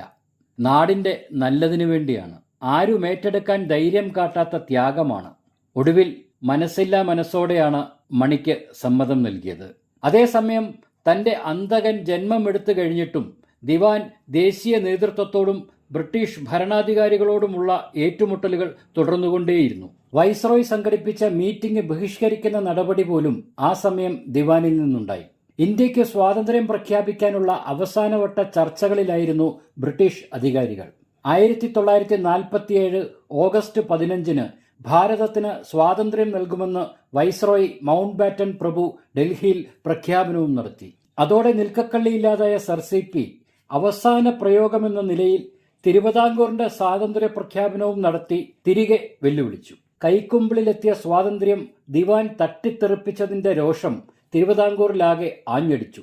കാര്യങ്ങൾ ഇങ്ങനെയൊക്കെ നടക്കുമ്പോൾ തന്നെ സർ CP രാമസ്വാമി അയ്യരുടെ ജീവനെടുക്കുക എന്ന ദൗത്യവുമായി ഒറ്റയാൾ പോരാട്ടത്തിനൊരുങ്ങി മണി തിരുവനന്തപുരത്തെത്തിക്കഴിഞ്ഞിരുന്നു. കഴിഞ്ഞ തവണത്തെ പോലെ ഇത്തവണയും മണിയുടെ നിഴൽ പോലെ എന്തിനുമൊരുങ്ങി രണ്ടുപേരുമുണ്ടായിരുന്നു, ചെല്ലപ്പൻ പിള്ളയും വേലായുധൻ നായരും. പക്ഷെ ഇത്തവണ കാര്യങ്ങൾക്ക് അപ്രതീക്ഷിത തടസ്സങ്ങൾ നേരിട്ടു. 2 തവണ ദിവാനെ മുന്നിൽ കിട്ടാനുള്ള അവസരങ്ങൾ മണിക്ക് നഷ്ടപ്പെട്ടു. ആദ്യത്തേത് വിദ്യാഭ്യാസ കോൺഫറൻസിൽ പങ്കെടുക്കാൻ ദിവാൻ എത്തുമെന്നുള്ളതായിരുന്നു. പക്ഷേ ആ കോൺഫറൻസ് നടക്കുകയുണ്ടായില്ല. അങ്ങനെ കാത്തിരിക്കുമ്പോഴാണ് ദിവാൻ VJT ഹാളിൽ പ്രസംഗിക്കാൻ എത്തുന്നുവെന്ന മറ്റൊരു വിവരം ലഭിച്ചത്. അതും പക്ഷേ എന്തൊക്കെയോ കാരണങ്ങളാൽ നടക്കുകയുണ്ടായില്ല. ശകുനത്തിൽ ഒട്ടും വിശ്വാസമില്ലായിരുന്നെങ്കിൽ കൂടി ആ 2 നഷ്ടങ്ങളും മണിയെ നിരാശനാക്കി. വേട്ടക്കാരനിൽ നിന്നും തെന്നി മാറുന്ന ഇര. പക്ഷെ ഒന്നിൽ പിഴച്ചാൽ 3 എന്നൊരു ചൊല്ലുണ്ടല്ലോ, അതുപോലെയായിരുന്നു കാര്യങ്ങൾ. സർ CPയെ ഇനി തനിക്ക് നേരിട്ട് കിട്ടുമോ എന്ന് സന്ദേഹിച്ചിരിക്കുമ്പോഴാണ് സ്വാതി തിരുനാൾ ശതാബ്ദി ആഘോഷങ്ങൾ തൈക്കാടുള്ള സ്വാതി തിരുനാൾ സംഗീത കോളേജിൽ സംഘടിപ്പിക്കുന്നുവെന്ന വാർത്ത മണിയുടെ ചെവിയിലെത്തുന്നത്. 1947 ജൂലൈ 25 പരിപാടികൾ ആസൂത്രണം ചെയ്തിരുന്നത്. അന്ന് വേദിയിൽ മഹാരാജാവ് ശ്രീ ചിത്തിര തിരുനാളാണ് ശതാബ്ദി ആഘോഷങ്ങൾ ഉദ്ഘാടനം ചെയ്യുന്നത്. തുടർന്ന് ദിവാന്റെ പ്രസംഗവും ഉണ്ടാവും. ആ വിവരം മണിയെ ഏറെ സന്തുഷ്ടനാക്കി. ചിത്തിര തിരുനാൾ മഹാരാജാവ് സംബന്ധിക്കുന്ന ചടങ്ങിൽ തീർച്ചയായും ദിവാൻ പങ്കെടുക്കുമെന്ന് ഉറപ്പാണ്. മണി കണക്കുകൂട്ടി. ഇനിയൊരവസരം തനിക്ക് ലഭിച്ചേക്കാനിടയില്ല. മാത്രവുമല്ല, ദിവാനെ ഇനിയും കയറൂരി വിട്ടാൽ നാട് നശിക്കും. ദിവാനും രാജാവിനുമൊന്നും പ്രത്യേകിച്ചൊന്നും നഷ്ടപ്പെടാനില്ല. പക്ഷേ സാധാരണ ജനങ്ങളുടെ ജീവിതം കൂടുതൽ ദുസ്സഹമായി തീരും. മണിയുടെ ചിന്തകളിൽ 100 സംഗതികൾ കടന്നുപോയി. തന്റെ ജീവന് അത്രയ്ക്ക് വിലയുണ്ടെന്നുള്ള തോന്നലൊന്നും പണ്ടും മണിക്കുണ്ടായിരുന്നില്ല. അത്തരം ചിന്തകൾ തന്നിൽ ഇല്ലാത്തതുകൊണ്ടാവാം പ്രസ്ഥാനത്തിനും നാടിനും പ്രയോജനപ്പെടുന്ന പല കാര്യങ്ങളും തനിക്ക് ഇതുവരെ ചെയ്തു തീർക്കാൻ കഴിഞ്ഞതെന്ന് മണിക്ക് തോന്നി. അല്ലെങ്കിൽ തന്നെ തനിക്കെന്താണ് നഷ്ടപ്പെടാനുള്ളത്? ശ്രീകണ്ഠൻ ചേട്ടനൊക്കെ ഒളിവിൽ കഴിയാൻ തുടങ്ങിയിട്ട് കാലം ഇത്രയായി. കുമ്പളത്ത് ശങ്കുപിള്ള ചേട്ടനൊക്കെ കാരാഗ്രഹം വീട് പോലെയായി കഴിഞ്ഞിരിക്കുന്നു. അത് വെച്ച് നോക്കുമ്പോൾ താനൊക്കെ എത്രയോ നിസ്സാരനാണ്. അപ്പോൾ ദിവാനെ വധിക്കുക എന്ന ഒരു ചെറിയ കർമ്മമെങ്കിലും ചെയ്യാൻ കഴിഞ്ഞില്ലെങ്കിൽ തന്റെ ഉയിരുകൊണ്ട് ആർക്ക് എന്തു പ്രയോജനം? ജൂലൈ 25 തന്റെ വിധി നിർണയിക്കുന്നത്. ഒന്നുകിൽ ദിവാൻ, അല്ലെങ്കിൽ താൻ. 2 പേരിൽ ഒരാൾ മാത്രമേ 26 സൂര്യോദയം കാണാൻ ജീവനോടെ ഉണ്ടാകൂ. ഒരുപക്ഷെ 2 പേരും ഉണ്ടായില്ലെങ്കിലും അത്ഭുതപ്പെടാനില്ല. എന്തായാലും 25 ഇനിയും ദിവസങ്ങൾ ബാക്കിയാണ്. തിരികെ കരുനാഗപ്പള്ളിയിലേക്ക് പോകണം. ഇവിടെ തിരുവനന്തപുരത്ത് വെറുതെ അലഞ്ഞു തിരിയുന്നതിൽ അർത്ഥമില്ല. കാര്യങ്ങൾ നടത്താൻ അത്ര വലിയ ഒരുക്കങ്ങളൊന്നും പണ്ടും തനിക്കില്ലല്ലോ. ഒരിക്കൽ കൂടി എല്ലാവരെയും കാണാൻ മണി കരുനാഗപ്പള്ളിയിലേക്ക് തിരിച്ചു. അവിടെ നിന്നും അമ്പലപ്പുഴയിലേക്കും. ശ്രീകണ്ഠൻ ചേട്ടൻ്റെ വീട്ടിലെത്തി ജാനകിയമ്മ ടീച്ചറിനെ കണ്ടു. തീരെ വയ്യാതായിരിക്കുന്നു. മണിയെ കണ്ടപ്പോൾ ആ വൃദ്ധയ്ക്ക് ഏറെ സന്തോഷമായി. മകനെക്കുറിച്ച് തിരക്കിയപ്പോൾ വൈകാതെ വരുമെന്ന മറുപടിയാണ് നൽകിയത്. അത് ആ സാധു അമ്മ വിശ്വസിച്ചോ ആവോ. വൈകുന്നേരത്തോടെ ചിറപ്പറമ്പ് വീട്ടിൽ നിന്ന് യാത്ര പറഞ്ഞിറങ്ങി. സ്വന്തം വീട്ടിലേക്ക് പോകണോ? മനസ്സൊരു വട്ടം ചോദിച്ചു. വേണ്ട എന്നാണ് തീരുമാനിച്ചത്. അവസാനമായി അമ്മയെ കാണണോ? എന്തു പറയും? പിന്നെ ഇളയ സഹോദരി ബാലാമ്പാൾ, അവളെ എങ്ങനെ നേരിടും?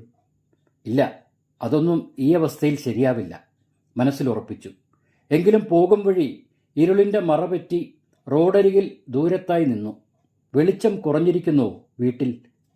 ശരിയാണ്, അവിടെ വെളിച്ചമണഞ്ഞിട്ട് കാലമെത്രയായി. അവിടെ ചിരിയുടെ പ്രകാശമില്ലാതായിട്ട് വർഷങ്ങളെത്ര കഴിഞ്ഞിരിക്കുന്നു. വേണ്ട, തിരിച്ചു പോകാം. അല്ലെങ്കിൽ തന്നെ വീടുമായി തനിക്കെന്താണ് ഇത്ര ബന്ധമുള്ളത്? ഈ അവസാന യാത്രയിൽ എല്ലാ കാഴ്ചകളും പിന്നിലൊളിപ്പിക്കാൻ ശ്രമിക്കണം. ഇനി ഒരിക്കലും ഒന്നും കൺമുമ്പിൽ വരാതിരിക്കാൻ. താൻ പ്രസ്ഥാനത്തിനു വേണ്ടി ജീവൻ ബലി കൊടുക്കാൻ തീരുമാനിച്ചവനാണ്. തനിക്കിനി അതുമാത്രമാണ് ജീവിതവ്രതം. മനസ്സിൽ അതുമാത്രമേ ചിന്തയായി പാടുള്ളൂ. മണി തിരികെ കൊല്ലത്തെത്തി. രാത്രി ചർച്ചകളും പകൽ സ്വസ്ഥമായ ചിന്തകളുമായി ഏതാനും ദിവസങ്ങൾ കൂടി കടന്നുപോയി. ധ്യാനത്തിലെന്നവണ്ണം സംസാരം തീരെ കുറഞ്ഞിരിക്കുന്നു. അല്ലെങ്കിലും മണി പൊതുവെ മിതഭാഷിയായിരുന്നു. തൻ്റെ ലക്ഷ്യം നേടിയെടുക്കാനുള്ള കരുത്ത് സമ്പാദിക്കാൻ മനസ്സിനെ ഏകാഗ്രമാക്കിയുള്ള ഇരിപ്പ്. സംഘത്തിലുള്ള പലരും മണിയോടും അധികം സംസാരിക്കാൻ മുതിർന്നില്ല. അവരുടെയൊക്കെ ഉള്ളിൽ ഒരുതരം സങ്കടമോ കുറ്റബോധമോ നിറഞ്ഞിരുന്നതുകൊണ്ടാവാം. ഇതിനിടയിലും മണിയുടെ വധോദ്യമത്തിന് കനലിന്റെ ചൂട് പകർന്നുകൊണ്ട് മറ്റൊരു ദുരന്തം കൂടി തലസ്ഥാന നഗരത്ത് അരങ്ങേറുകയുണ്ടായി. 1947 ജൂലൈ 13 തിരുവനന്തപുരം പേട്ട മൈതാനത്താണ് പ്രസ്തുത സംഭവം അരങ്ങേറിയത്. ആ സമയം മണി കൊല്ലത്തായിരുന്നു. പേട്ടയിൽ സ്റ്റേറ്റ് കോൺഗ്രസിന്റെ സമ്മേളനം നടക്കുകയാണ്. തിരുവിതാംകൂർ ഇന്ത്യൻ യൂണിയനിൽ ലയിക്കണമെന്ന ശക്തമായ ആവശ്യം മുൻനിർത്തിയായിരുന്നു ആ യോഗവും. ലയനം സാധ്യമല്ലെന്ന് തീർത്ത് പ്രഖ്യാപിച്ച ദിവാന്റെ മർക്കടമുഷ്ടിക്കെതിരെ വലിയ പ്രതിഷേധമാണ് യോഗത്തിൽ ഉയർന്നത്. അതിനോടകം ക്ഷമ കെട്ടിരുന്ന പ്രവർത്തകരുടെ സമരവീര്യത്തിൽ പേട്ട രാജേന്ദ്ര മൈതാനം അക്ഷരാർത്ഥത്തിൽ മനുഷ്യക്കടലായി മാറിയിരുന്നു. CP-യുടെ സ്വതന്ത്ര തിരുവിതാംകൂർ, അമേരിക്കൻ മോഡൽ ഭരണം എന്നീ ആശയങ്ങളെ എതിർത്തുകൊണ്ട് VK കൃഷ്ണമേനോനെ പോലെയുള്ള പ്രഗത്ഭരും രംഗത്തു വന്നു. അന്ന് സമ്മേളനം നടക്കുന്ന സ്ഥലത്തിന് രാജേന്ദ്ര മൈതാനം എന്ന പേര് വന്നിരുന്നില്ല. യോഗം കലക്കാനെത്തിയ CP-യുടെ പടയും സമരക്കാരും തമ്മിൽ നടന്ന ബഹളത്തിനിടയിൽ രാജേന്ദ്രൻ എന്ന 14 വയസ്സുള്ള വിദ്യാർത്ഥിക്ക് പോലീസിന്റെ വെടിയേറ്റു. രാജേന്ദ്രന്റെ തലയ്ക്കുള്ളിലാണ് ബുള്ളറ്റ് തറഞ്ഞു കയറിയത്. മറ്റു 2 പേർക്ക് കൂടി വെടിയേറ്റിരുന്നുവെങ്കിലും അവരെക്കുറിച്ചുള്ള വിവരങ്ങൾ ഭരണകൂടം മറച്ചുവെക്കുകയും അവരുടെ മൃതദേഹങ്ങൾ പോലും ബന്ധുക്കൾക്ക് കൊടുക്കുകയുമുണ്ടായില്ല. ഗുരുതരാവസ്ഥയിൽ ആശുപത്രിയിൽ പ്രവേശിപ്പിച്ച രാജേന്ദ്രൻ 1 മാസത്തോളം ചികിത്സയിൽ കഴിഞ്ഞു. ആ വിദ്യാർത്ഥിയുടെ തീക്ഷ്ണമായ സ്വാതന്ത്ര്യ വാഞ്ച ആവണം സ്വാതന്ത്ര്യ പുലരിയുടെ പ്രകാശം കണ്ണിൽ നിറയ്ക്കാൻ രാജേന്ദ്രൻ എന്ന ആ ബാലന് കഴിഞ്ഞത്. സ്വതന്ത്ര ഭാരതത്തിന്റെ ആ പുലരുകളിൽ ഒന്നിൽ തന്റെ ജീവിത നിയോഗം പൂർത്തിയായതുപോലെ ആ 14-കാരന്റെ കണ്ണുകൾ എന്നേക്കുമായി അടഞ്ഞു. രാജേന്ദ്രന്റെ മരണശേഷം പേട്ടയിലെ വെടിവെപ്പ് നടന്ന സ്ഥലത്തിന് രാജേന്ദ്ര മൈതാനമെന്ന പേര് ലഭിച്ചു. പുന്നപ്ര വയലാറിനു ശേഷം നടന്ന ആ വെടിവയ്പ് സർ CP-യുടെ മർദ്ദനഭരണത്തിന്റെ കീഴിലുള്ള അവസാന വെടിവയ്പായി ചരിത്രത്തിൽ ഇടം പിടിച്ചു. ഇന്ന് രാജേന്ദ്ര മൈതാനം ഇല്ല. റോഡ് വീതി കൂട്ടിയതിന്റെ ഭാഗമായി മൈതാനം വിഭജിക്കപ്പെട്ടുപോയി. അതോടെ ഇന്നും സ്മാരകങ്ങളില്ലാത്ത രക്തസാക്ഷിയായ രാജേന്ദ്രൻ എന്ന വിദ്യാർത്ഥിയെപ്പോലെ രാജേന്ദ്ര മൈതാനവും പേരു മാത്രമായി വിസ്മൃതിയിലാണ്ടു. ആസന്നമായ ഇന്ത്യൻ സ്വാതന്ത്ര്യ സമരത്തിനൊപ്പം തന്നെ മുഹമ്മദ് അലി ജിന്നയുടെ നേതൃത്വത്തിലുള്ള ഇന്ത്യ പാകിസ്ഥാൻ വിഭജനവും തത്വത്തിൽ അംഗീകരിക്കപ്പെട്ടതോടെ ദേശീയ രാഷ്ട്രീയത്തിൽ നാടകീയമായ സംഭവവികാസങ്ങളുടെ പരമ്പര തന്നെ അരങ്ങേറി. അതിന്റെ ചുവടുപിടിച്ച് തന്റെ ചുവടുറപ്പിക്കാൻ പോലും ചാണക്യ തന്ത്രശാലിയായ സർ CP രാമസ്വാമി അയ്യർ ശ്രമിച്ചു. പാകിസ്ഥാനില്ലാത്ത ഇന്ത്യയിൽ തിരുവിതാംകൂറും ഉണ്ടാകില്ലെന്ന് അസന്നിഗ്ധമായി പ്രഖ്യാപിച്ചുകൊണ്ട് ദിവാൻ ദേശീയ നേതൃത്വത്തെ വീണ്ടും വെല്ലുവിളിച്ചു. ഇതോടെ മണിയുടെ ദൗത്യത്തിനുള്ള എല്ലാ സാധ്യതകളും കൂടുതലായും വേഗത്തിലും അണിയറയിൽ ഒരുങ്ങുകയായിരുന്നു. ജൂലൈ 25 പുലരിയെ പുണരാൻ മണി എന്ന ധീരന്റെ കണ്ണുകൾ കൊതിച്ചു. ജയിലിലും ഒളിവിലുമായി കഴിഞ്ഞിരുന്ന മണിയുടെ സഹപ്രവർത്തകർക്ക്, അതും മണിയുടെ ദൗത്യത്തെക്കുറിച്ച് അറിയുന്നവർ, ആ ദിവസമെത്താൻ കണ്ണിൽ എണ്ണയൊഴിച്ച് കാത്തിരുന്നു. കരുനാഗപ്പള്ളിയിൽ നിന്ന് മണി തന്റെ അവസാന യാത്രയ്ക്കുള്ള ഒരുക്കത്തിലായിരുന്നു അപ്പോൾ. ഒരു സഞ്ചിയിൽ ഭദ്രമായി പേപ്പറിൽ പൊതിഞ്ഞെടുത്ത വാക്കത്തിയും കൂട്ടത്തിൽ ഒരു ജോഡി ഖദർ വസ്ത്രവും മാത്രമായിരുന്നു യാത്രയിൽ കൂടെ കരുതിയത്. മൗനമായ വിടവാങ്ങലോടെ സഹപ്രവർത്തകരെ വിട്ട് മണി തലസ്ഥാനത്തേക്ക് തിരിച്ചു. മണി നഗരത്തിലെത്തുമ്പോൾ CPയുടെ ഗർജനങ്ങളിൽ തളർന്ന പ്രദേശമാകെ വിജനമായിരുന്നു. ദിവാൻ പദവിയും രാജവാഴ്ചയുമൊക്കെ ഏതു നിമിഷവും അസ്തമിക്കുമെന്ന യാഥാർത്ഥ്യം ഇതിനോടകം തിരിച്ചറിഞ്ഞു കഴിഞ്ഞിരുന്ന CPയുടെ പിന്നീടുള്ള പല ജൽപ്പനങ്ങളും നടപടികളുമൊക്കെ കയ്യിൽ നിന്ന് പോയതുപോലെയായിരുന്നു. അവസാന അംഗത്തിന് സ്റ്റേറ്റ് കോൺഗ്രസ് അടക്കമുള്ള സ്വാതന്ത്ര്യ സമര പ്രവർത്തകർ ഓഗസ്റ്റ് 1 രംഗത്തിറങ്ങിയിരുന്നതോടെ CPയും തീക്കളിക്ക് തയ്യാറായി തന്നെ നിലകൊണ്ടിരുന്നു. ശ്രീകൃഷ്ണനില്ലാത്ത പ്രാർത്ഥന പോലെയായിരുന്നു തമ്പാനൂരിൽ വണ്ടിയിറങ്ങുമ്പോൾ മണിസ്വാമിയുടെ അവസ്ഥ. സഹായത്തിന് ആരുമില്ല. ചെല്ലപ്പൻപിള്ളയെയും വേലായുധൻ നായരെയും കണ്ടുപിടിക്കണം. ജൂലൈ 25 ചടങ്ങുകൾ കാണാനുള്ള പ്രവേശന പാസ് സംഘടിപ്പിക്കണം. പിന്നെ സ്വാതി തിരുനാൾ സംഗീത കോളേജിന്റെ ചുറ്റുപാടുകൾ പഠിക്കണം. ആദ്യമായി കാണുന്ന സ്ഥലമാണ്. തന്റെ അപകടം പിടിച്ച പദ്ധതിക്ക് പ്രദേശത്തിന്റെ ഭൂമിശാസ്ത്രം അറിഞ്ഞിരുന്നേ പറ്റൂ. രക്ഷപ്പെടാനുള്ള ശ്രമത്തിന്റെ ഭാഗമായിരുന്നില്ല അത്. മറിച്ച് തന്റെ ശ്രമം അങ്ങേയറ്റം വിജയത്തിലെത്തിക്കാനുള്ള പഴുതുകൾ അടയ്ക്കാനുള്ള ശ്രമമായിരുന്നു. ജൂലൈ 23 നഗരത്തിലുള്ള സദാശിവൻ നായർ എന്ന ആളിൽ നിന്നും പറഞ്ഞേർപ്പാടാക്കിയിരുന്ന പ്രവേശന പാസ് വാങ്ങിയെടുത്തതോടെ മണിക്ക് ആശ്വാസമായി. ഇനി തനിക്ക് മുന്നിൽ വിധിദിനം മാത്രമേ അവശേഷിക്കുന്നുള്ളൂ എന്ന് മണി ഓർത്തു. അചഞ്ചലമായ ആത്മവിശ്വാസമല്ലാതെ അതിരുകടന്ന ആവേശമൊന്നും അപ്പോഴും മണിയിൽ പ്രകടമായി ഉണ്ടായിരുന്നില്ല. അതെപ്പോഴും അങ്ങനെയാണ്. മനസ്സിൽ കരുത്തുള്ളവൻ ശാന്തനായിരിക്കുമെന്നുള്ളതുപോലെ ഉള്ളിലെ കൊടുങ്കാറ്റുകളെ അടക്കി നിർത്താൻ ആ ധീരനുള്ള പ്രത്യേക സിദ്ധി പണ്ടുമുതലേ ഉള്ളതാണ്. ജൂലൈ 24 വൈകുന്നേരത്തോടെ മുൻ നിശ്ചയപ്രകാരം ചെല്ലപ്പൻപിള്ളയോടും വേലായുധൻ നായർക്കുമൊപ്പം മണി തൈക്കാട് ഭാഗത്തേക്ക് നടന്നു. സംഗീത കോളേജിന് മുന്നിലെത്തുമ്പോൾ നാളത്തെ ചടങ്ങുകൾക്കായി പരിസരം അതിഗംഭീരമായ ഒരുക്കങ്ങളിലാണെന്ന് കണ്ടു. പന്തലിന്റെ പണി പുരോഗമിക്കുന്നതിനാൽ ആരും ആരെയും ശ്രദ്ധിക്കുന്നില്ല. മണി പ്രദേശമാകെ ഒരു വഴിയാത്രക്കാരന്റെ കൗതുകം മുഖത്തൊളിപ്പിച്ചുകൊണ്ട് ചുറ്റി നടന്ന് കണ്ട് തൃപ്തിപ്പെട്ടു. മടക്കയാത്രയിൽ ആരുമൊന്നും ഉരിയാടിയില്ല. ചെല്ലപ്പൻപിള്ളയുടെയും വേലായുധൻ നായരുടെയും മനസ്സ് ഒട്ടൊക്കെ പ്രക്ഷുബ്ധമായിരുന്നുവെങ്കിലും മണിയെ ഒന്നും ബാധിച്ചിരുന്നില്ല. സത്യത്തിൽ മണിയുടെ മനസ്സ് ശൂന്യമായിരുന്നു. വരാനിരിക്കുന്ന സംഭവങ്ങളുടെ വലിപ്പമോ അപകടമോ തളർത്താനാവാത്ത വിധം മനസ്സിനെ പാകപ്പെടുത്താൻ കഴിഞ്ഞിരുന്നതുകൊണ്ട് തന്നെ തലേന്നത്തെ ഉറക്കം പോലും മണിക്ക് സുഖകരമായിരുന്നു. രാവിലെ മറ്റു രണ്ടുപേരും മുറിയിലേക്ക് എത്തുമ്പോൾ പതിവിലും ഊർജ്ജസ്വലനായിരിക്കുന്ന മണിയെ കണ്ട് അവർ അതിശയിച്ചു പോവുകയും ചെയ്തു. എത്ര ശാന്തമായിട്ടാണ് മണി തങ്ങളുടെ മുന്നിലിരിക്കുന്നതെന്ന് കണ്ട അവർ അമ്പരന്നുപോയി. ഉച്ച തിരിഞ്ഞതോടെ മണി പുറപ്പെടാനുള്ള അവസാനവട്ട ഒരുക്കങ്ങൾ ആരംഭിച്ചു. ആദ്യം തന്നെ ഒരു കാക്കി നിക്കർ അടിവസ്ത്രമായി ധരിച്ചു. പിന്നെ സഞ്ചിയിൽ പൊതിഞ്ഞു സൂക്ഷിച്ചിരുന്ന വാക്കത്തി കയ്യിലെടുത്ത് ഒന്ന് പരിശോധിച്ചു.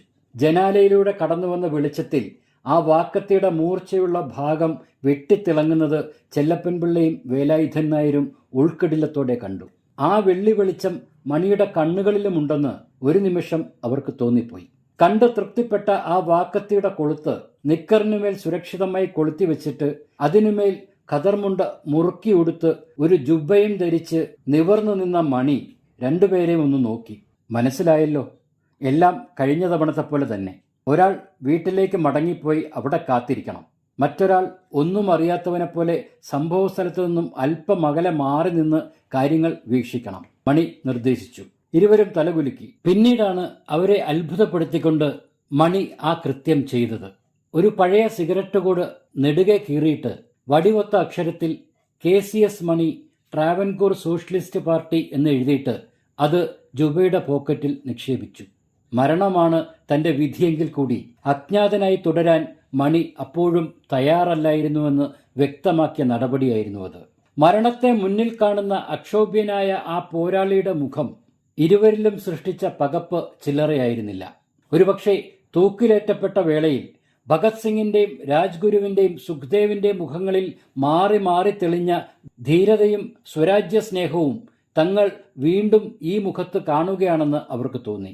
മുണ്ടു മാടിക്കുത്തി മുറിയടച്ച് പുറത്തിറങ്ങിയ മണി പടിയിറങ്ങി മുന്നോട്ട് നടന്നു. പിന്നാലെ ചെല്ലപ്പൻപിള്ളയും വേലായുധൻ നായരും. തമ്പാനൂരിൽ നിന്ന് ചെല്ലപ്പൻ പിള്ളയെ വീട്ടിലേക്ക് അയച്ചിട്ട് മുന്നിൽ മണിയും അല്പം അകലം പാലിച്ച് പിന്നിലായി വേലായുധൻ നായരും മുന്നോട്ട് നടന്നു. സംഗീത കോളേജിന്റെ അടുത്തെത്തിയപ്പോൾ തലേന്ന് കണ്ട ചിത്രമാകെ മാറിയിരുന്നു. പൂരപ്പറമ്പ് പോലെ ജനം, അതിലും കൂടുതലെന്ന് തോന്നിപ്പിക്കും വിധം കാക്കിക്കുപ്പായങ്ങൾ. പോലീസ് സന്നാഹങ്ങൾ കൂടുതലായിരുന്നത് പൊതുവിലെ രാഷ്ട്രീയ സാഹചര്യത്തിന്റെ അടിസ്ഥാനത്തിലാവണമെന്ന് മണി ചിന്തിച്ചു. എന്തായാലും ഈ അഭിനവ പത്മവ്യൂഹത്തിൽ നിന്ന് അഭിമന്യുവിനെ പോലെ താനും രക്ഷപ്പെടാൻ പോകുന്നില്ലെന്ന് മുന്നിലെ കാഴ്ചകളിലൂടെ മണിയും മനസ്സിലുറപ്പിച്ചിരുന്നു. സമയം ഏതാണ്ട് 5 മണി കഴിഞ്ഞിരിക്കണം. വേലായുധൻ നായരെ വിട്ട് മണി ഒറ്റയ്ക്ക് സംഗീത കോളേജിന്റെ കവാടം ലക്ഷ്യമാക്കി നടന്നു. അകത്ത് കടന്നിരിക്കണം. വൈകിയാൽ കൃത്യമായ ഒരു സ്ഥാനത്ത് ഇരിപ്പിടം കണ്ടെത്തുക ദുഷ്കരമായിരിക്കും. മണി കണക്കുകൂട്ടി. ഇപ്പോൾ തന്നെ ജനസഞ്ചയമാണ്. അതിനിയും കൂടിക്കൊണ്ടേയിരിക്കും. കവാടത്തിലൂടെ പ്രധാന പന്തലിനുള്ളിലേക്ക് പ്രവേശിച്ച മണി സാവധാനം വേദിയെ ലക്ഷ്യമാക്കി നീങ്ങി. മുൻനിരയിൽ എവിടെങ്കിലും തനിക്ക് വേണ്ടി ഒരു ഇരിപ്പിടത്തിനായി മണിയുടെ കണ്ണുകൾ പരതിക്കൊണ്ടിരുന്നു. ഒടുവിൽ ഏതാണ്ട് മുൻവശമെന്ന് കരുതാവുന്ന ഒരിടത്ത് ഏറ്റവും സൈഡിലായുള്ള ഒരു കസേരയിൽ മണി ഇരിപ്പുറപ്പിച്ചു. ആളുകൾ ഇരിപ്പിടങ്ങൾ തേടി വന്നുകൊണ്ടേയിരുന്നു. പരിചിതമായ മുഖങ്ങളൊന്നും മുന്നിൽ വന്നു പെടരുതേ എന്നുള്ള പ്രാർത്ഥനയായിരുന്നു അപ്പോൾ മണിയുടെ ഉള്ളിൽ. വേദിയും തന്റെ ഇരിപ്പിടവും തമ്മിലുള്ള അകലം മണി മനസ്സിൽ കുറിച്ചിട്ടു. ഇടംവലം നോക്കാതെ ഒറ്റ ഇരിപ്പാണ്. ശരീരത്തിന് ഭാരമില്ലാത്ത ഒരവസ്ഥ. ഹൃദയമിടിപ്പുകളുടെ താളം തെറ്റാതിരിക്കാൻ മനഃപൂർവ്വം മണി ചിന്തകളെ വഴിതിരിച്ചു വിടാൻ ശ്രമിച്ചു. മുന്നിലെ ലക്ഷ്യം ഒന്നു മാത്രമാണെങ്കിലും അതിലൂടെയുള്ള ലക്ഷ്യം മഹത്തരമാണ്.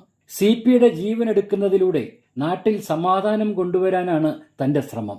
ഒരുപക്ഷെ ബ്രിട്ടീഷ് ആധിപത്യത്തിൽ നിന്നും ഭാരതം സ്വതന്ത്രമാക്കപ്പെടുമ്പോൾ സ്വാഭാവികമായും രാജഭരണത്തിന് അന്ത്യമായേക്കും. അതിനൊപ്പം ദിവാൻ ഭരണവും അവസാനിക്കും. എന്നാൽ ഇന്നിനും ആ നാളുകൾക്കുമിടയിൽ ഇനിയും പൊലിയാനുള്ള ജീവിതങ്ങളുടെ കണക്കും രക്തച്ചൊരിച്ചിലുകളുടെ അളവും ഒരുപക്ഷെ തന്നെക്കൊണ്ട് കുറയ്ക്കാനെങ്കിലും കഴിയില്ലേ?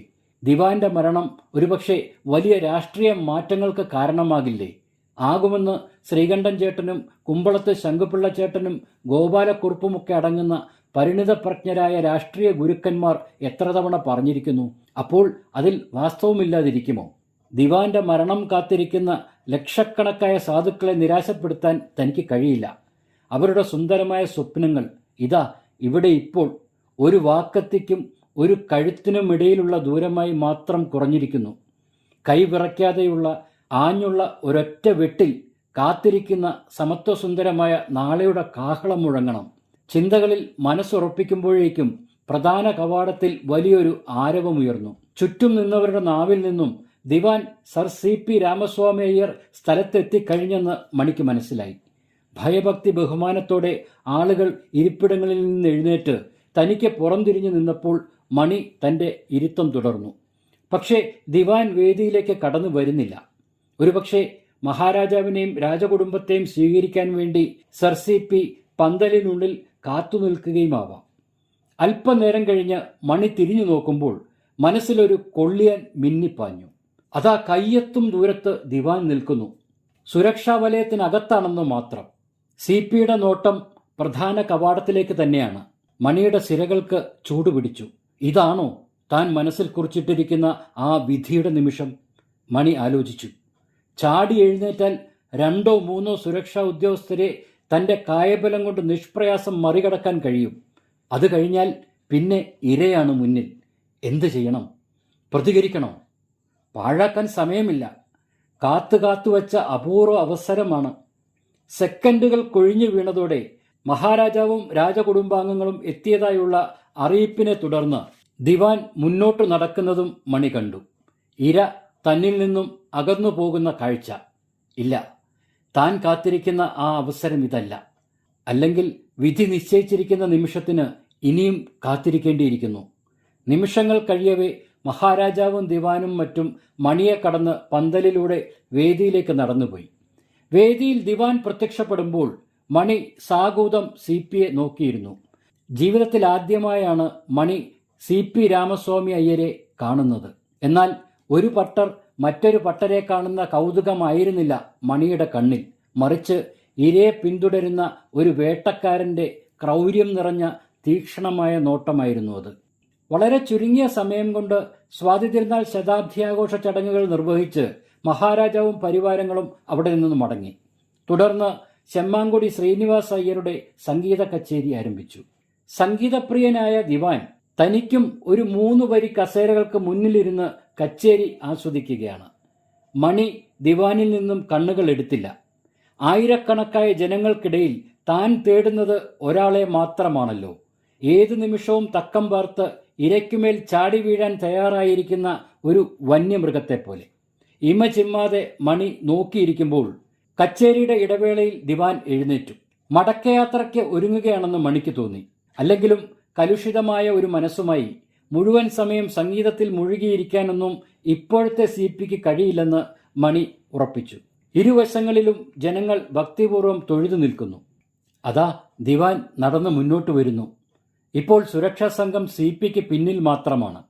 ഒരുപക്ഷെ ഈ വേദിയിൽ, ഈ പന്തലിൽ, ഇത്രയും വെളിച്ചത്തിൽ ഒരു വലിയ അപകടം തങ്ങളെ കാത്തിരിക്കുന്നുണ്ടെന്ന് അവർ സ്വപ്നത്തിൽ പോലും കരുതിയിട്ടുണ്ടാവില്ലല്ലോ. ഇരുവശങ്ങളിലും ജനങ്ങൾ ഭക്തിപൂർവ്വം തൊഴുതു നിൽക്കുന്നു. അവർക്കിടയിലൂടെ ചെറുചിരിയോടെ സഗൗരവം നടന്നു വരികയാണ് കേരളം കണ്ട സർവപ്രതാപിയായ ചേട്ട്പട്ട് പട്ടാഭിരാമൻ രാമസ്വാമി അയ്യർ എന്ന സർ CP. ക്ഷണനേരം കൊണ്ട് തൊട്ടുമുന്നിലെത്തിയ ദിവാന്റെ മുന്നിലേക്ക് കസേരയിൽ നിന്നും കുതിച്ചു ചാടിയ മണി അതേ ക്ഷണത്തിൽ ഒരു കൈകൊണ്ട് തന്റെ കതർമുണ്ടുരിഞ്ഞ് വീശി എറിയുകയും മറു കൈകൊണ്ട് വാക്കത്തി ഉയർത്തി ലക്ഷ്യം നോക്കി ആഞ്ഞു വെട്ടുകയും ചെയ്തു.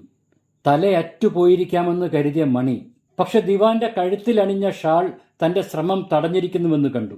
മണി പിന്നെ ഒന്നും നോക്കിയില്ല. വീണ്ടും ലക്ഷ്യത്തിലേക്ക് ആഞ്ഞുവെട്ടി.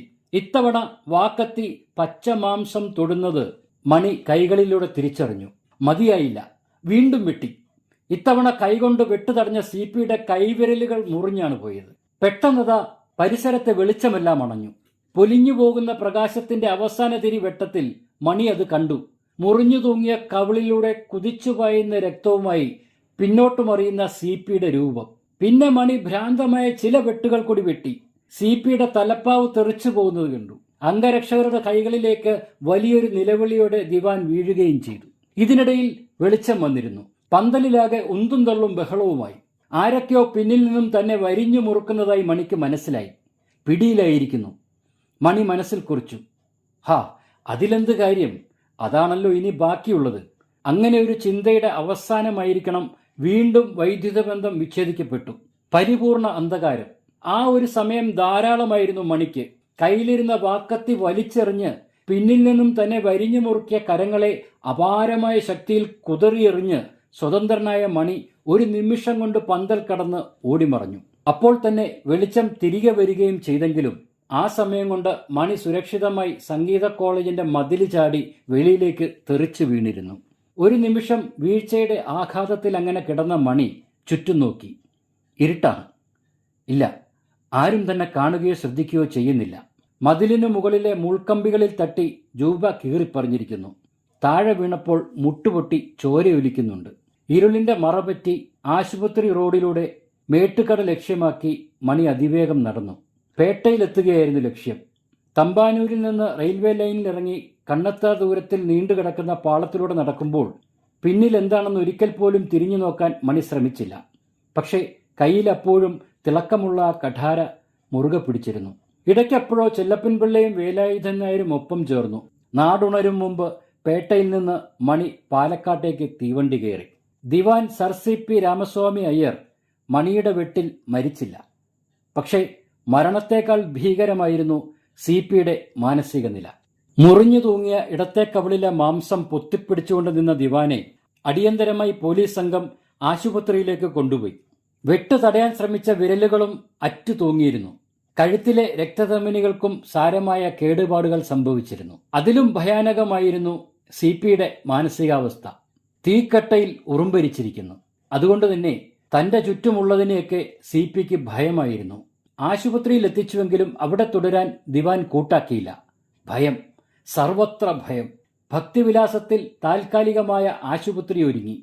ഭക്തിവിലാസത്തിലെ ജോലിക്കാരെയെല്ലാം അവിശ്വാസം മൂലം അപ്പോൾ തന്നെ ഒഴിവാക്കി. ഭയത്തിന്റെ ചെറിയ കൂടിനുള്ളിലേക്ക് CP എന്ന കരുത്തനായ ആ ഭരണാധികാരി ചുരുങ്ങിക്കഴിഞ്ഞിരുന്നു.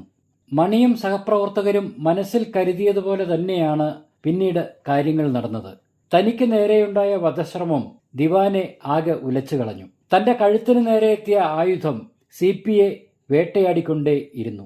എല്ലാം മതിയാക്കാനും കൂട്ടിക്കൊണ്ടുപോകാനും മകനടക്കമുള്ളവർ മൈലാപ്പൂരിൽ നിന്നും ഭക്തിവിലാസത്തിലെത്തിയിരുന്നു. CPക്ക് മറ്റൊരു തീരുമാനമില്ലായിരുന്നു. ദിവാൻ പദവി ഉപേക്ഷിക്കുകയാണെന്ന് മഹാരാജാവിനെ അറിയിച്ച ദിവാൻ വരാനിരിക്കുന്ന നാളുകളിലെ ഭവിഷ്യത്തുകൾ കൂടി പറഞ്ഞു മനസ്സിലാക്കിയതോടെ രാജഭരണം അവസാനിപ്പിച്ചുകൊണ്ട് ഇന്ത്യൻ യൂണിയനിൽ ചേരാനുള്ള തീരുമാനം ശ്രീ ചിത്തിരതിരുനാൾ മഹാരാജാവ് പുറപ്പെടുവിച്ചു. അതോടെ ഐക്യ കേരളമെന്ന സ്വപ്നം യാഥാർത്ഥ്യമായി. എന്നാൽ ജൂലൈ 25 ഈ 2 കഥാപാത്രങ്ങളും അതോടെ വിസ്മൃതിയിലാണ്ടുപോവുകയായിരുന്നു. സർ CPയെ വെട്ടിയ മണി തിരിച്ചറിയപ്പെടാതെ പോയി. മൈലാപ്പൂരിലേക്ക് മടങ്ങിയ സർ CP രാമസ്വാമി അയ്യരെക്കുറിച്ച് പിന്നീട് അധികമാരും അറിഞ്ഞില്ല. 1987 സെപ്റ്റംബർ 20 ഉച്ചയോടെ തിരുവനന്തപുരത്ത് വെച്ച് മണി അന്തരിച്ചു. 1966 ഒരു പുസ്തകത്തെക്കുറിച്ചുള്ള ഗവേഷണത്തിനായി ലണ്ടനിലെത്തിയ CP രാമസ്വാമി അയ്യർ സെപ്റ്റംബർ 26 ഒരു റിപ്പോർട്ടറോട് സംസാരിച്ചു കൊണ്ടിരിക്കുന്നതിനിടയിൽ തൻ്റെ ചാരുകസേരയിൽ വീണ് മരിച്ചു.